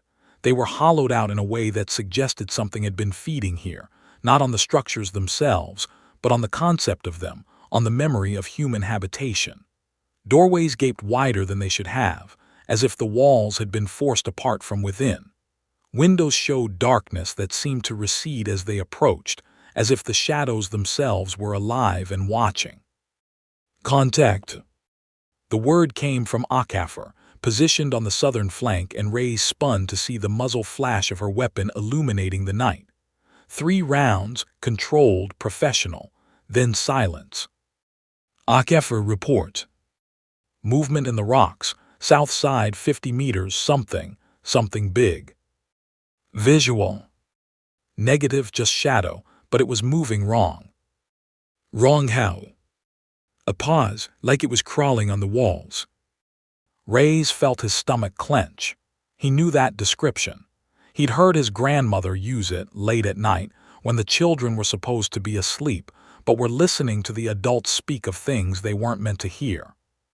The Yi Naldlucia doesn't walk like men. It doesn't run like animals. It crawls where nothing should crawl, on walls and ceilings and the spaces between the stars. It moves like a nightmare given flesh. Everyone eyes up, Vasquez ordered, but his voice had changed, the casual confidence replaced by something harder, more brittle. Check your sectors. Chen, get that drone in the air. Chen unpacked the small quadcopter from her pack, her fingers moving with practiced efficiency. The device powered up with a high-pitched whine, its rotors spinning to life, LED lights blinking green for system ready. She launched it into the air, and it rose with the graceful stability of modern engineering, hovering at 20 feet as she guided it forward via the controller's tablet interface. That's strange. Chen's voice was puzzled. I'm getting thermal signatures, but they're wrong, multiple hotspots, but they're moving.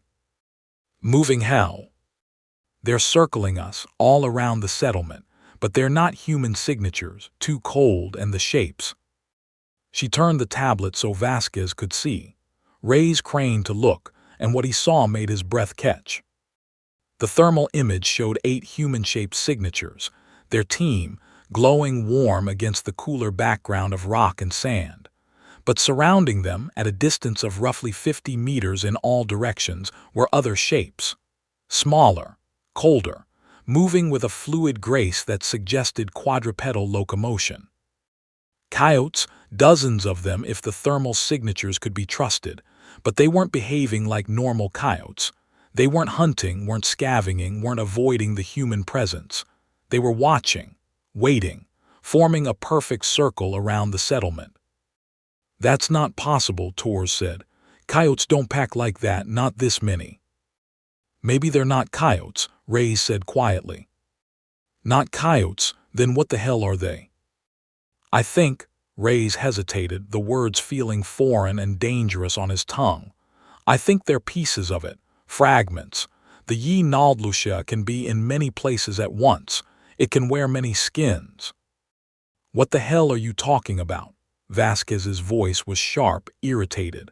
"Multiple simultaneous manifestations. That's not biology, Reyes. That's not even physics." "Neither is staying alive after your skin's been removed." Reyes pointed to the mutilated coyote on the wall. "Neither is making hearts keep beating after death. We're not dealing with biology here. We're dealing with something that doesn't follow the rules."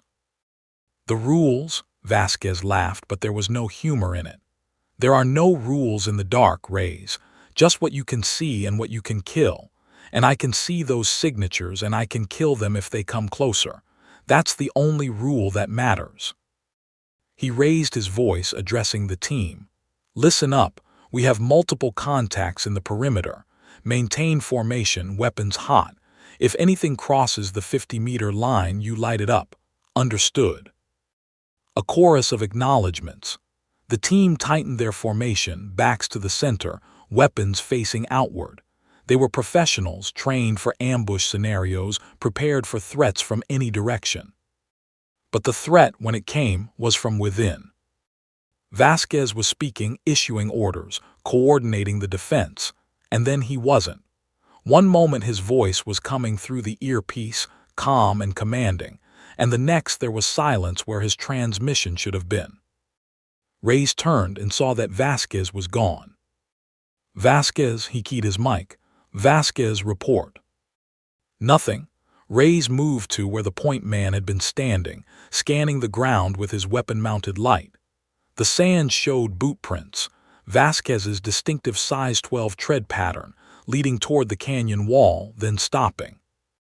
Just stopping, as if he'd walked to that point and then. "Spread out, find him," Reyes ordered, forgetting in his panic that he wasn't in command, that Vasquez was the team leader and Vasquez was gone. The team responded anyway, training overriding hierarchy. They swept the area in expanding circles, lights probing the darkness, weapons tracking every shadow.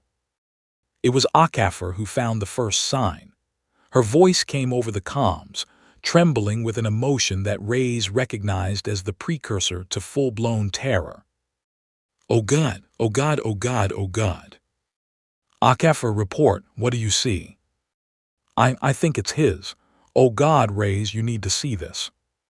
They converged on her position, near the base of the canyon wall where the rocks rose in a jumble of boulders and scree.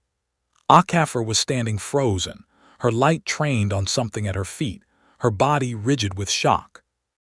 Reyes pushed past her and saw what had reduced a combat-hardened operator to a stuttering wreck. Vasquez's rifle was there, lying on the sand where it had been dropped or placed. Beside it, arranged with careful precision, were his teeth. All of them. Not pulled or broken, but extracted whole, roots and all, arranged in a perfect circle around the rifle stock. 32 teeth, adult human, cleaned and polished and positioned with the kind of care that suggested artistry or devotion. But there was no blood, no tissue, no sign of struggle or violence, just the teeth and the rifle and the empty desert where Marcus Vasquez had ceased to exist. "Where's the body?" Torres asked, his voice strained. "There has to be a body, you can't just remove someone's teeth without." He trailed off, unable to complete the sentence. They all knew what he was thinking. To extract teeth like this, cleanly and completely, would require either surgical precision applied to a living or recently dead subject, or something that didn't need surgical instruments. Something that could simply reach into a man's mouth and take what it wanted, while he was still standing, still breathing, still aware. "The cave," Reyes said, pointing his light at a dark opening in the canyon wall, barely visible behind the boulder field. "Blood trail, fresh." They could see it now, a dark streak on the sand, leading from the position where Vasquez had been standing to the cave mouth. Not sprayed or spilled, but deposited in controlled drips, as if something was carrying him carefully, taking its time, ensuring that each drop fell exactly where it wanted. "We need to go in there," Ramirez said, but his voice made it a question rather than a statement. "We need to find him," Reyes corrected. "Alive or otherwise, we don't leave our own." It was the wrong thing to say, or perhaps the right thing. The team exchanged glances, and Reyes saw in their eyes the same calculation he'd been making. The odds of Vasquez being alive, the odds of them surviving whatever was in that cave, the balance between loyalty and survival.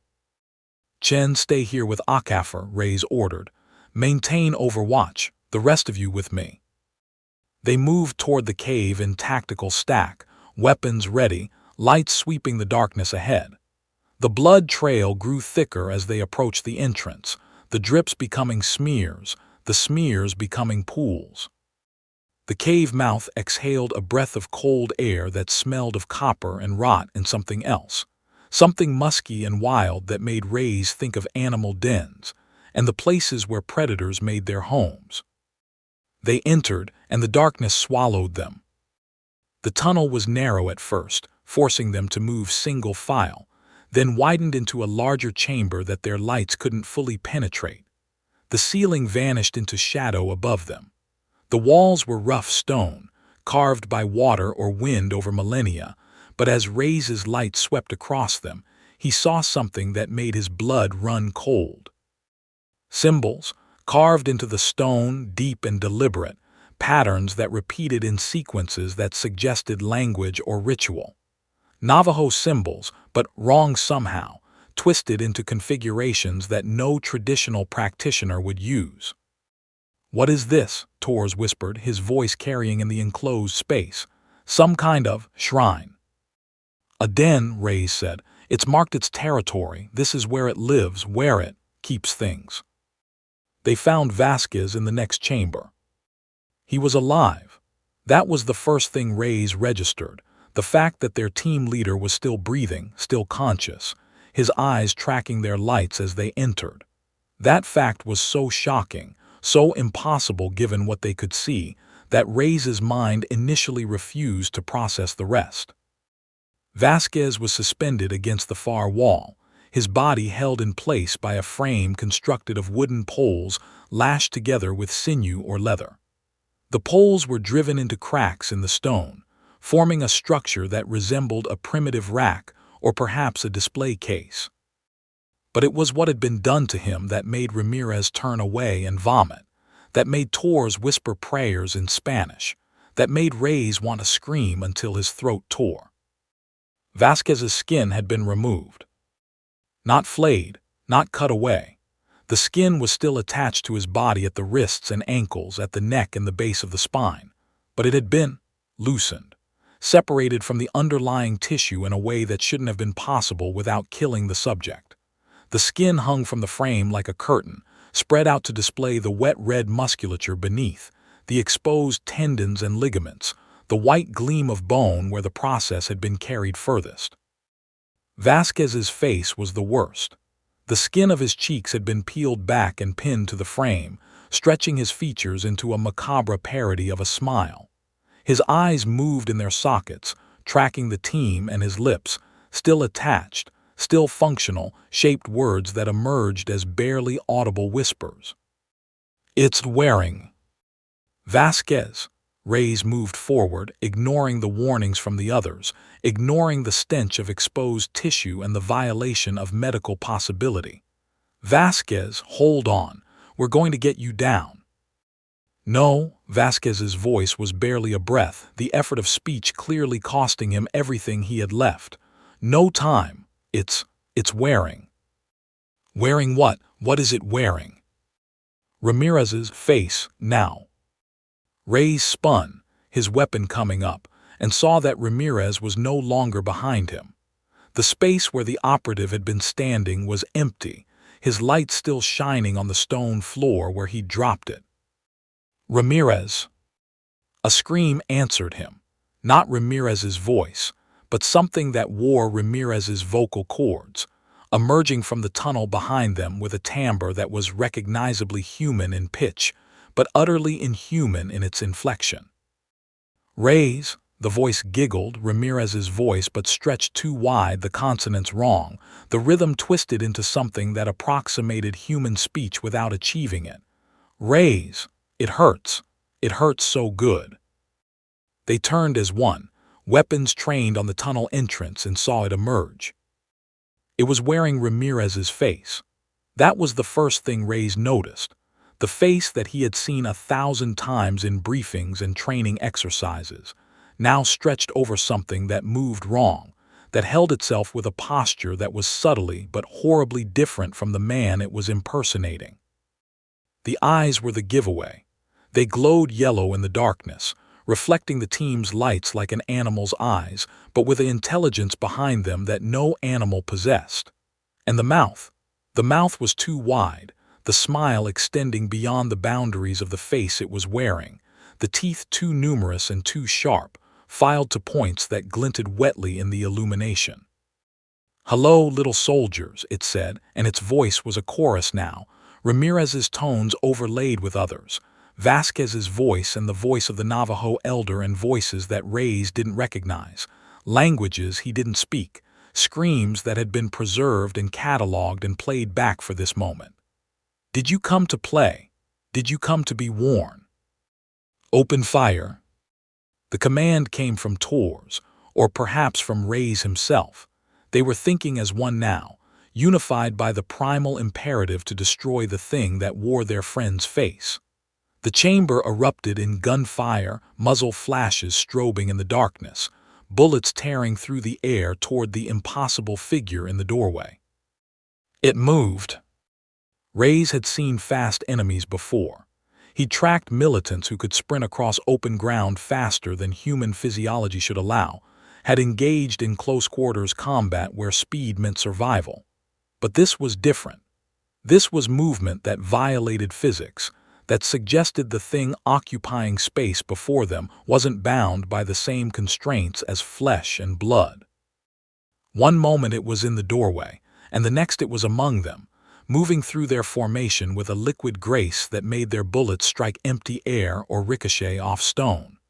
Torres went down first, his throat opened by teeth that shouldn't have been able to reach him, blood spraying in an arterial fountain that painted the walls.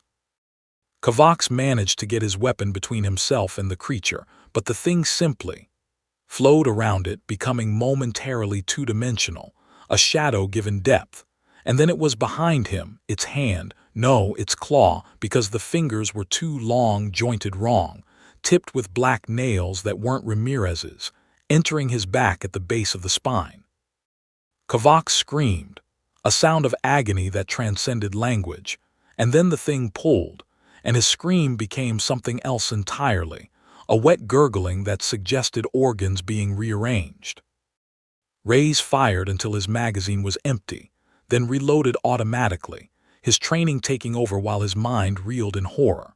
He saw Webb backing away, firing blindly, and then the thing was on him, not attacking but embracing him, holding him close with arms that were Ramirez's arms but moved like tentacles, and Webb's face went from terror to ecstasy to something worse, something that suggested his mind had broken under the pressure of whatever he was seeing or feeling.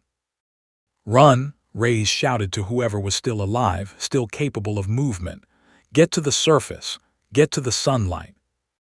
He didn't know if sunlight would help. He didn't know if anything would help. But it was the only thing he could think of, the only advice that made sense in a world where faces could be worn like masks and the dead could speak with the voices of the living. Chen and Akafar. They were still at the entrance, still on the surface. If he could reach them, if he could warn them. Reyes turned and ran, plunging through the tunnel they'd entered by, his light bouncing off stone walls that seemed to move in his peripheral vision, to breathe and pulse with a life that stone shouldn't possess. Behind him, the screams continued, not just the screams of his dying teammates, but other sounds, wet ripping noises and the crunch of bone, and above it all, the laughter. That terrible, delighted laughter, emerging from a dozen throats at once, some human and some not, all united in appreciation of the sport, the hunt, the wearing. Reyes burst from the cave mouth into the desert night, and found Chen and Akafar waiting for him, their weapons trained on the entrance, their faces pale with the terror of having heard but not seen. "What happened?" Chen demanded. "Where are the others?" "Dead," Reyes gasped, bending over, his hands on his knees, his lungs burning. "All dead, or wearing, it's wearing them now." "Wearing them? What do you mean, wearing them?" "The Yi Naldlusha." Reyes straightened, forcing himself to meet their eyes to make them understand. "The Skinwalker, it's real, it's here, and it's been wearing Ramirez's face since we entered that cave, maybe longer, maybe since we landed." Akafar made a sound that was halfway between a sob and a laugh. "That's insane, that's mythological bullshit, Reyes. We don't deal in myths." "Then explain what just killed 4 trained operators in under 30 seconds. Explain how it moved like that.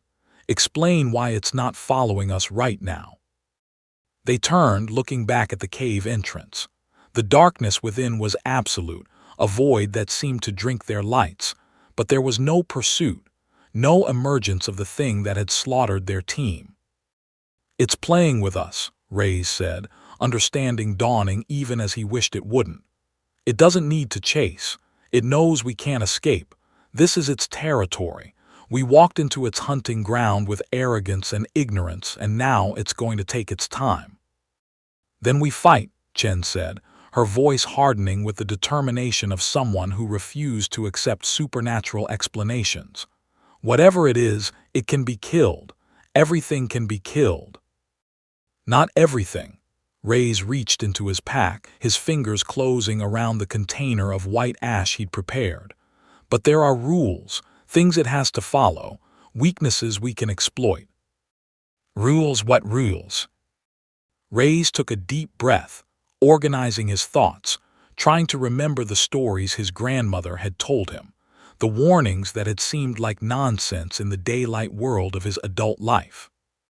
"The Skinwalker feeds on fear. It grows stronger the more afraid we are. So first rule, no fear, or at least no showing fear." "Easy for you to say," Akafar muttered. "Second rule, no names. It can hear its name spoken from miles away. It uses names to find you, to track you, to know where you are and what you're planning." "Then what do we call it?" The thing Pale Coyote, anything but its true name." "And the third rule?" Reyes hesitated, remembering the elder's words, the marginalia in the briefing documents. "No eye contact. If you meet its eyes, it can see into you. It can take your soul, your memories, your face. Once it has your eyes, it can become you completely, not just wear you like a mask, but become you from the inside out." Chen and Akafar exchanged glances, and Reyes saw his own doubt reflected in their faces. These were rational people, trained in empirical observation and tactical analysis. Asking them to believe in soul stealing through eye contact was asking them to abandon everything that made them effective operators.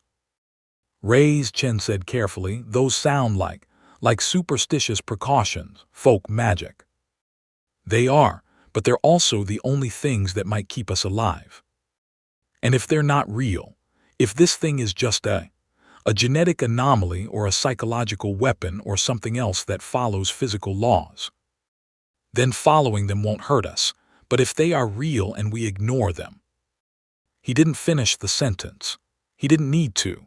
They had all heard the sounds from the cave, had all seen enough to know that whatever they were dealing with, it wasn't bound by the rules they understood.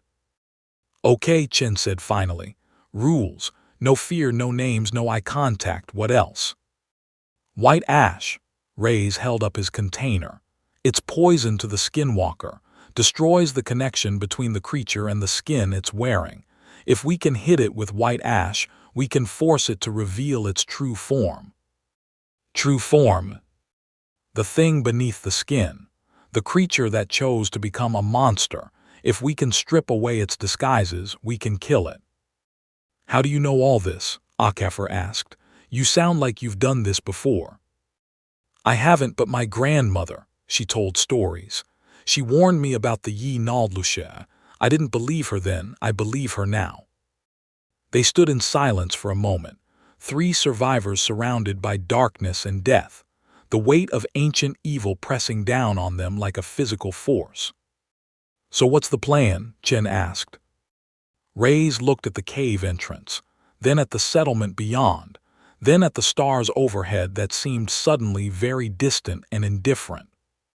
We survive until dawn. The Skinwalker is strongest at night. In daylight it's weaker, slower, more vulnerable. We make it through the night, we have a chance. And until then, we run and we pray. They didn't run immediately. They couldn't. They were trapped in a psychological space as confining as any physical prison. The knowledge that they were being hunted by something that could wear their faces and speak with their voices, making every shadow a threat and every sound a potential attack. But they did move, retreating from the cave mouth, back toward the settlement where at least there were walls to put at their backs. They moved in a tight triangle, each covering a sector, their lights sweeping constantly, their fingers never leaving their triggers. And as they moved, they began to die. The first to go was Akafor. She was walking backward, covering their 6, when she stumbled on a rock that shouldn't have been there, a rock that Reyes could have sworn hadn't existed a moment before. She fell, her weapon flying from her hands, and in the moment it took her to recover, the darkness took her. Reyes heard her scream. A single, sharp sound cut off abruptly, and when he turned, she was gone. Just gone, leaving only her weapon and a smear of blood on the sand that led toward the canyon wall. Akafor. Don't, Chen grabbed his arm, pulling him back. Don't follow, that's what it wants. We can't leave her. She's already dead, or wearing, we have to move Reyes now. They ran, abandoning caution for speed, their boots pounding against the hard-packed sand. Behind them, from the darkness, came sounds. Wet sounds, tearing sounds, and then Akafor's voice, calling out to them, begging for help, screaming that she was hurt, that she was scared, that she needed them. Reyes wanted to turn. Every instinct screamed at him to go back, to help his teammate, to fulfill the sacred obligation of never leaving a fallen comrade. But Chen was right. That wasn't Akafor. That was the thing wearing Akafor's face, using her memories, her vocal patterns, everything that had made her human turned into bait for a trap. They reached the settlement and barricaded themselves in the most intact structure they could find. A small adobe house with a door that could be secured and windows that could be covered. They piled furniture against the entrance, blocked the windows with their own packs and equipment, and huddled in the center of the single room, weapons pointed at the walls. How long until dawn? Chen whispered. Reyes checked his watch. 4 hours, maybe 5. Can we survive 4 hours? I don't know. They waited in darkness, listening to the sounds of the desert. The silence had changed. Where before there had been absolute nothing, now there were sounds, movements in the sand outside, things that walked on too many legs or moved without walking at all, whispers in voices that were almost familiar. Reyes, Chen's voice from outside the door. Reyes, let me in. It's cold out here. I'm scared. That's not her, Chen hissed, her weapon tracking the sound. I know. Reyes, please, the voice broke, sobbing. It hurts so much. I can feel it inside me, wearing me like a coat. Please make it stop. Reyes closed his eyes, his jaw clenched tight against the urge to respond, to believe, to hope.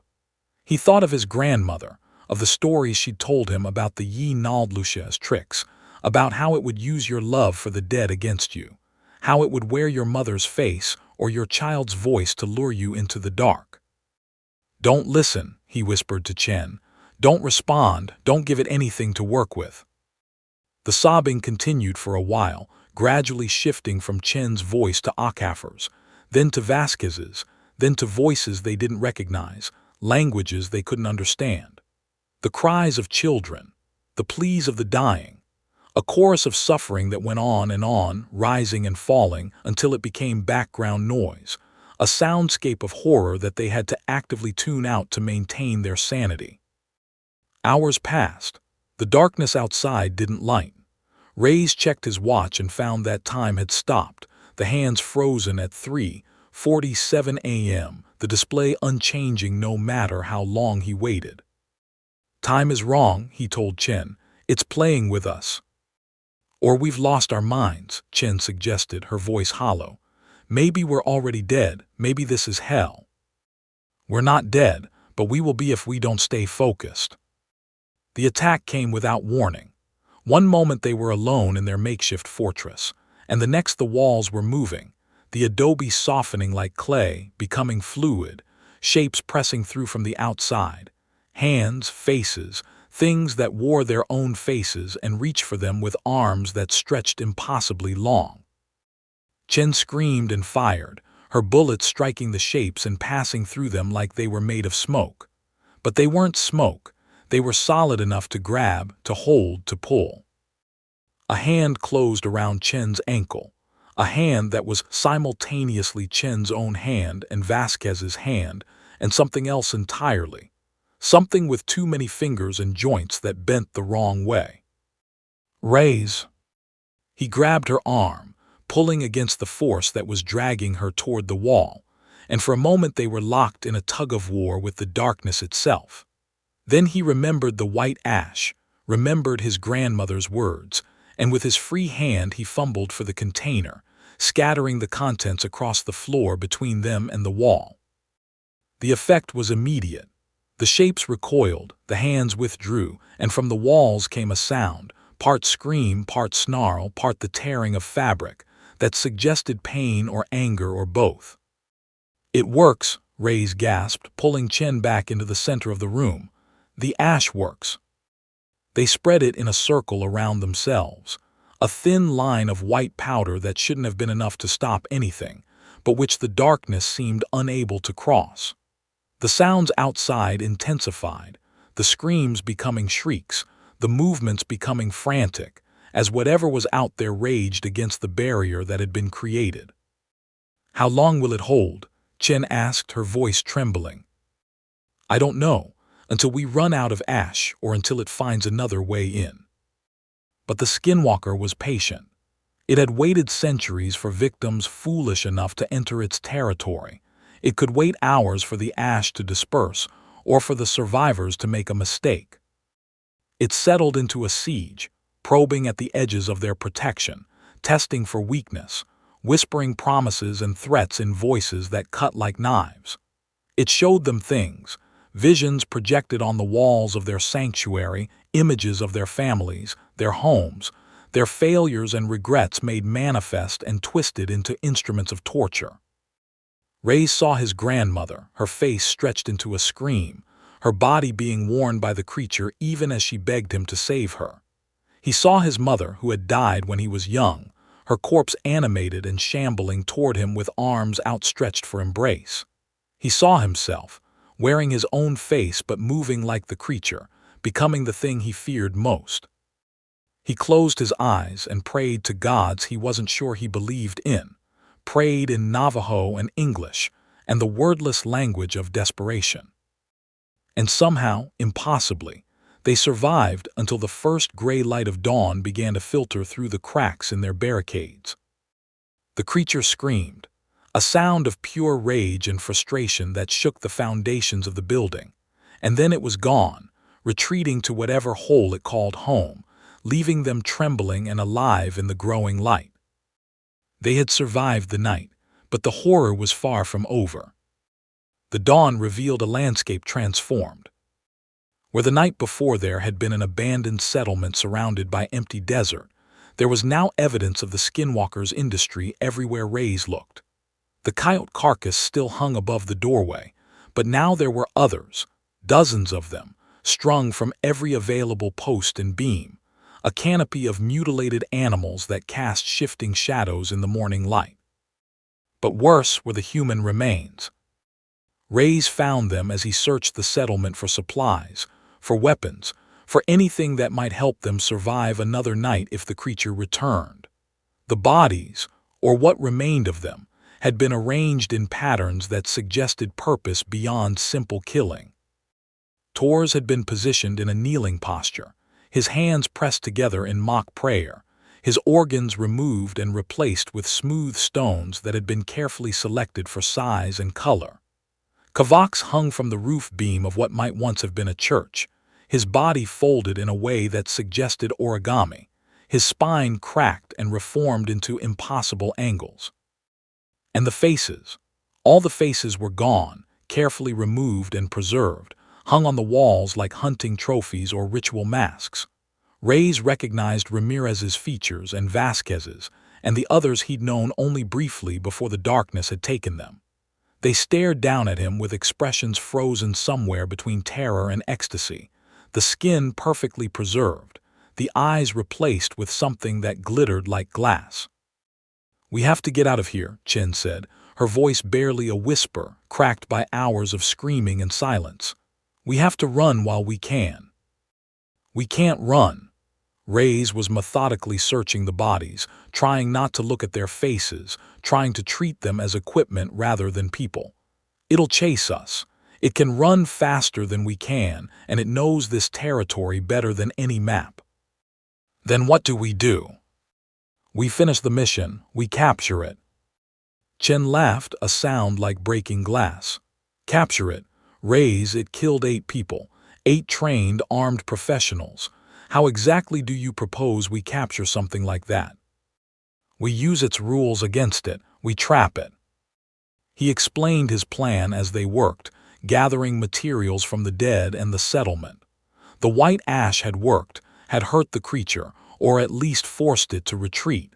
That meant it could be affected by the traditional protections. That meant it had weaknesses. "The Yi Naldlusha is bound by the skin it wears," Rays said, reciting the knowledge he'd suppressed for decades. "Without a skin, it's just a spirit, powerless in the physical world. To maintain its power, it has to keep wearing, keep consuming, keep replacing the faces and bodies it uses. So we take away its skin. We force it to choose a skin, then trap it in that form. Once it's locked into a physical body, it becomes vulnerable to physical damage." "And how do we force it to choose?" Rays looked at the faces on the walls, at the preserved skins of his teammates, and felt a cold certainty settle over him. "We give it something it wants more than us, something fresh, something that still has fear to feed on."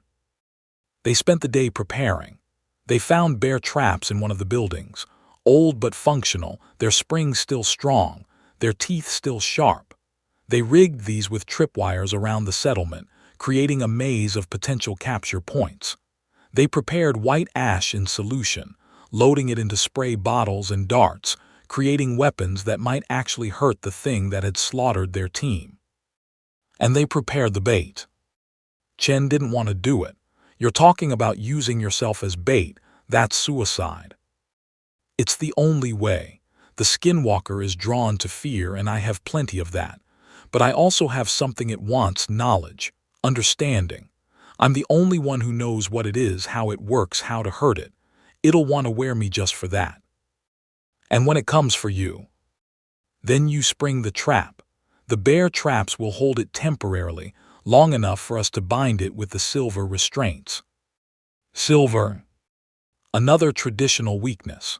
Silver burns the Skinwalker, prevents it from changing forms. If we can get silver on it, trap it in whatever body it's wearing, we can contain it. They didn't have actual silver restraints. Such things didn't exist in standard military equipment, but they improvised. Reyes remembered that silver nitrate was a component of certain medical supplies, and Chen had a small emergency kit in her pack. They combined this with the silverware from the settlement's kitchens, forks and spoons and knives that were genuine silver, not stainless steel, and created makeshift bindings that just might hold the creature. By late afternoon, they were ready. The trap was set, the bait was prepared, and there was nothing left to do but wait for nightfall. They waited in the building where they'd survived the previous night, the white ash circle renewed and strengthened, their weapons at the ready. Reyes tried to rest, knowing he would need his strength, but sleep was impossible. Every sound was a potential attack, every shadow a potential threat. As the sun began to set, painting the desert in shades of blood and gold, Reyes heard it. Reyes, the voice came from outside, from everywhere, from inside his own head. Reyes, I know what you're planning. I can hear your thoughts. I can taste your fear. Ignore it, Chen whispered, her hand on her weapon. It's trying to provoke you. You think you can trap me? The voice shifted, becoming his grandmother's, then his mother's, then the voices of his dead teammates. You think you can cage the wind? I am the desert. I am the night. I am the hunger that never ends. Silver and ash, Reyes said aloud, reinforcing his own resolve. Those are the words, those are the weapons. Words are just breath, Reyes. Weapons are just metal. I am older than your words. I am stronger than your weapons. The sun dipped below the horizon, and darkness swept over the land like a physical force. The temperature dropped 20 degrees in as many seconds, and the wind began to rise, a dry, scouring wind that carried sand and the smell of decay. It's coming, Reyes said, rising to his feet. Get to your position. Remember, wait for it to enter the trap. Don't fire until it's contained. Chen nodded and slipped out through the back, moving silently to the position they'd prepared on the roof of a nearby building. From there, she could see the entire settlement, could track the creature's movements, could spring the trap when the moment was right. Reyes stepped out into the night alone. He walked to the center of the settlement, to the spot they'd designated as the kill zone. The bear traps were hidden beneath a thin layer of sand, their triggers connected to tripwires that would snap shut when anything heavier than 30 pounds stepped on them. The silver restraints were buried nearby, ready to be deployed. And Reyes himself stood in the open, his weapon holstered, his hands empty, presenting himself as the easiest of targets. I'm here, he shouted into the darkness. You want me? Come and get me. Silence, then, from the direction of the cave movement. It emerged gradually, almost shyly, as if savoring the anticipation.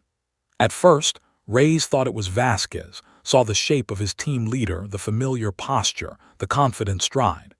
But as it came closer, he saw that it was wearing Vasquez's skin poorly, the face sagging at the edges, the movements jerky and uncoordinated, as if the creature was still learning to operate the machinery of human locomotion.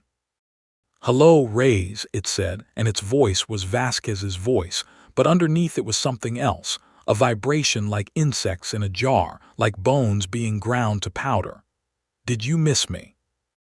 I missed the man you killed. You're just something wearing his corpse. Am I? The thing smiled, and Vasquez's face split at the corners, revealing darkness beneath, a void where teeth and tongue should have been. Or am I Vasquez? Am I all the people I've worn? Maybe I'm more real than they ever were. Maybe I'm the only thing that's ever been real.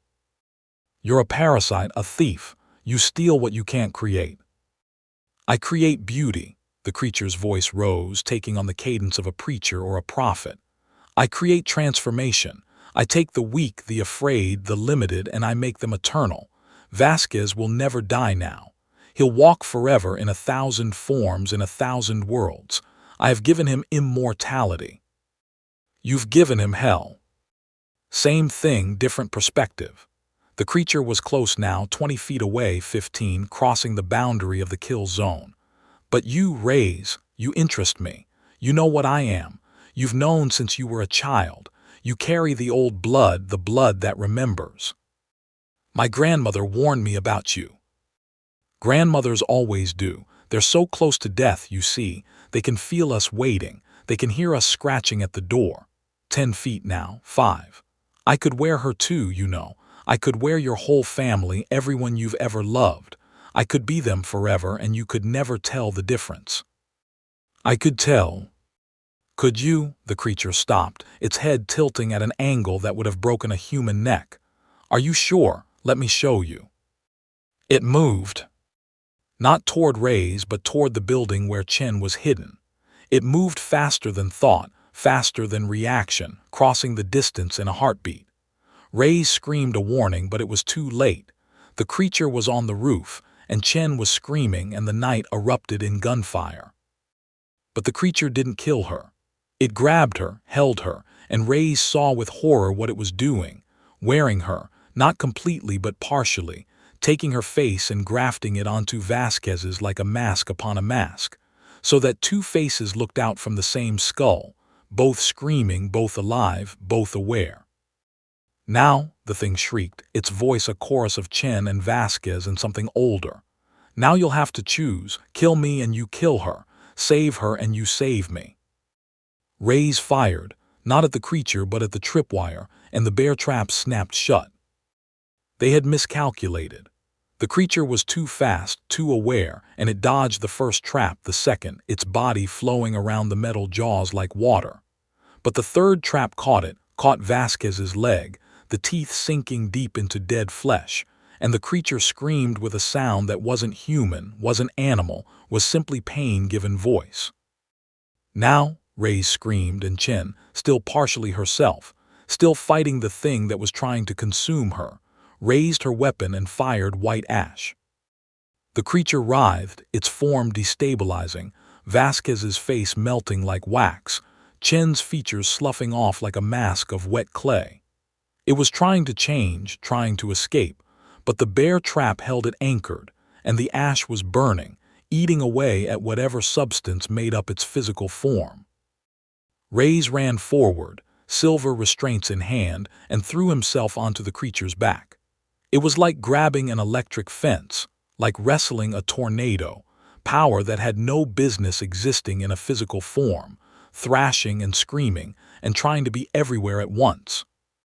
But Rays held on, wrapping the silver chains around the thing's neck, its wrists, its ankles, binding it in a cocoon of burning metal that forced it to maintain a single shape, a single identity. You can't, it screamed. You can't contain me, I am the wind, I am the night. You're a prisoner, Rays gasped, his arms aching, his skin blistering where it touched the silver. And you're going to stay that way. The fight lasted minutes that felt like hours, but eventually, impossibly, the creature began to weaken. The silver was working, forcing it to remain in a single form, preventing it from shifting and flowing and escaping. The white ash had damaged it, burned away some essential part of its power, and the bear trap held it, anchored it, made it subject to the laws of physics that it had spent centuries evading. When it was over, when the creature finally stopped struggling and lay panting on the roof, Rays saw what they had captured. It was neither Vasquez nor Chen nor any of the others it had worn. It was something between forms, a transitional state that showed hints of everything it had been and everything it might become. The body was mostly coyote, matted black fur, elongated snout, yellow eyes, but there were human elements mixed in, human hands where paws should have been, a human jawbone protruding from the canine skull. And worst of all, the legs. One was clearly animal, a coyote's hind limb with the characteristic shape, but the other was human. A femur, spliced somehow into the joint, the flesh grafted together in a way that suggested surgery performed by someone who had learned anatomy from dreams and madness. What is it? Chen asked, her voice hollow.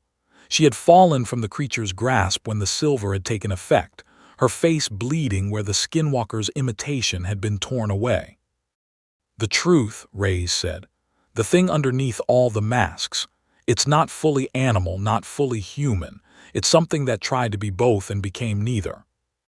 The creature glared up at him, its yellow eyes full of hatred and hunger, and something that might have been respect. You think you've won, it whispered, its voice reduced to a single tone now, no longer a chorus. You think you've captured the Yi Naldluche, but I'm just one. We're everywhere. We wear the faces of your leaders, your lovers, your children. And when you take me to your scientists, your laboratories, your cages, they'll want to know how I work. They'll want to learn my secrets, and I'll teach them. I'll teach them everything. Not if I can help it. Rays reinforced the restraints, adding chains until the creature could barely move, until the silver burned so hot that the air around it shimmered. Then he and Chen dragged it down from the roof, down from the building, out into the open where the first gray light of dawn was beginning to show. They waited for extraction in silence, the creature between them, neither speaking to it nor acknowledging its presence. It didn't matter what it said now. They had captured it. That was all that mattered. The Black Ops helicopter arrived at 600, descending from the cloudless sky like a bird of prey. The pilot gave no sign that he found anything unusual about the scene below, the destroyed settlement, the arranged bodies, the thing that Rays and Chen had bound in silver chains. He simply landed, opened the cargo bay, and waited. They loaded the creature into a reinforced crate that had been specially prepared, steel lined with silver mesh, the interior covered in symbols that Rays didn't recognize, but that made his skin crawl. The Skinwalker was thrown inside like luggage, and the crate was secured with heavy chains and padlocks. As the helicopter lifted off, Rays looked down at the desert shrinking below them. The settlement was already being reclaimed by the sand, the bodies becoming just another mystery in a land full of them. In a week, there would be nothing but coyote tracks and the memory of fear. "Where are we going?" Chen asked. She hadn't spoken since they'd loaded the creature, hadn't looked at Rays, hadn't seemed to see anything at all. "Facility," the pilot said, his voice flat and emotionless. "Mount Weather." They flew in silence for hours, the helicopter hugging the terrain, staying below radar.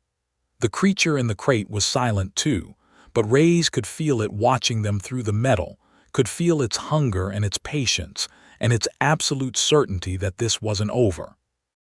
Mount Weather emerged from the Virginia wilderness like a bad dream, a concrete fortress built into the side of a mountain, disguised as a simple government installation, but hiding depths that most people would never see. The helicopter descended into a hidden hangar, and armed guards in hazmat suits were waiting. They unloaded the crate with mechanical efficiency, wheeling it away on a heavy-duty gurney. Rays and Chen were ushered into a debriefing room, where the handler was waiting, the same cold-eyed spook who had briefed them in the black site, who had sent them into the desert knowing what they would find. "Congratulations," he said, his smile not reaching his eyes. "Mission accomplished. Subject X7 has been secured." "Subject X7, Rays repeated. "You knew what it was, you knew all along." "We had reports, theories, nothing confirmed until now." The handler's smile widened. "But you provided excellent confirmation, and now we'll learn everything. How it changes form, how it maintains its vitality, how it can be controlled." "You can't control that thing. You can't control any of them." "Perhaps not yet, but we will." The handler turned to an assistant.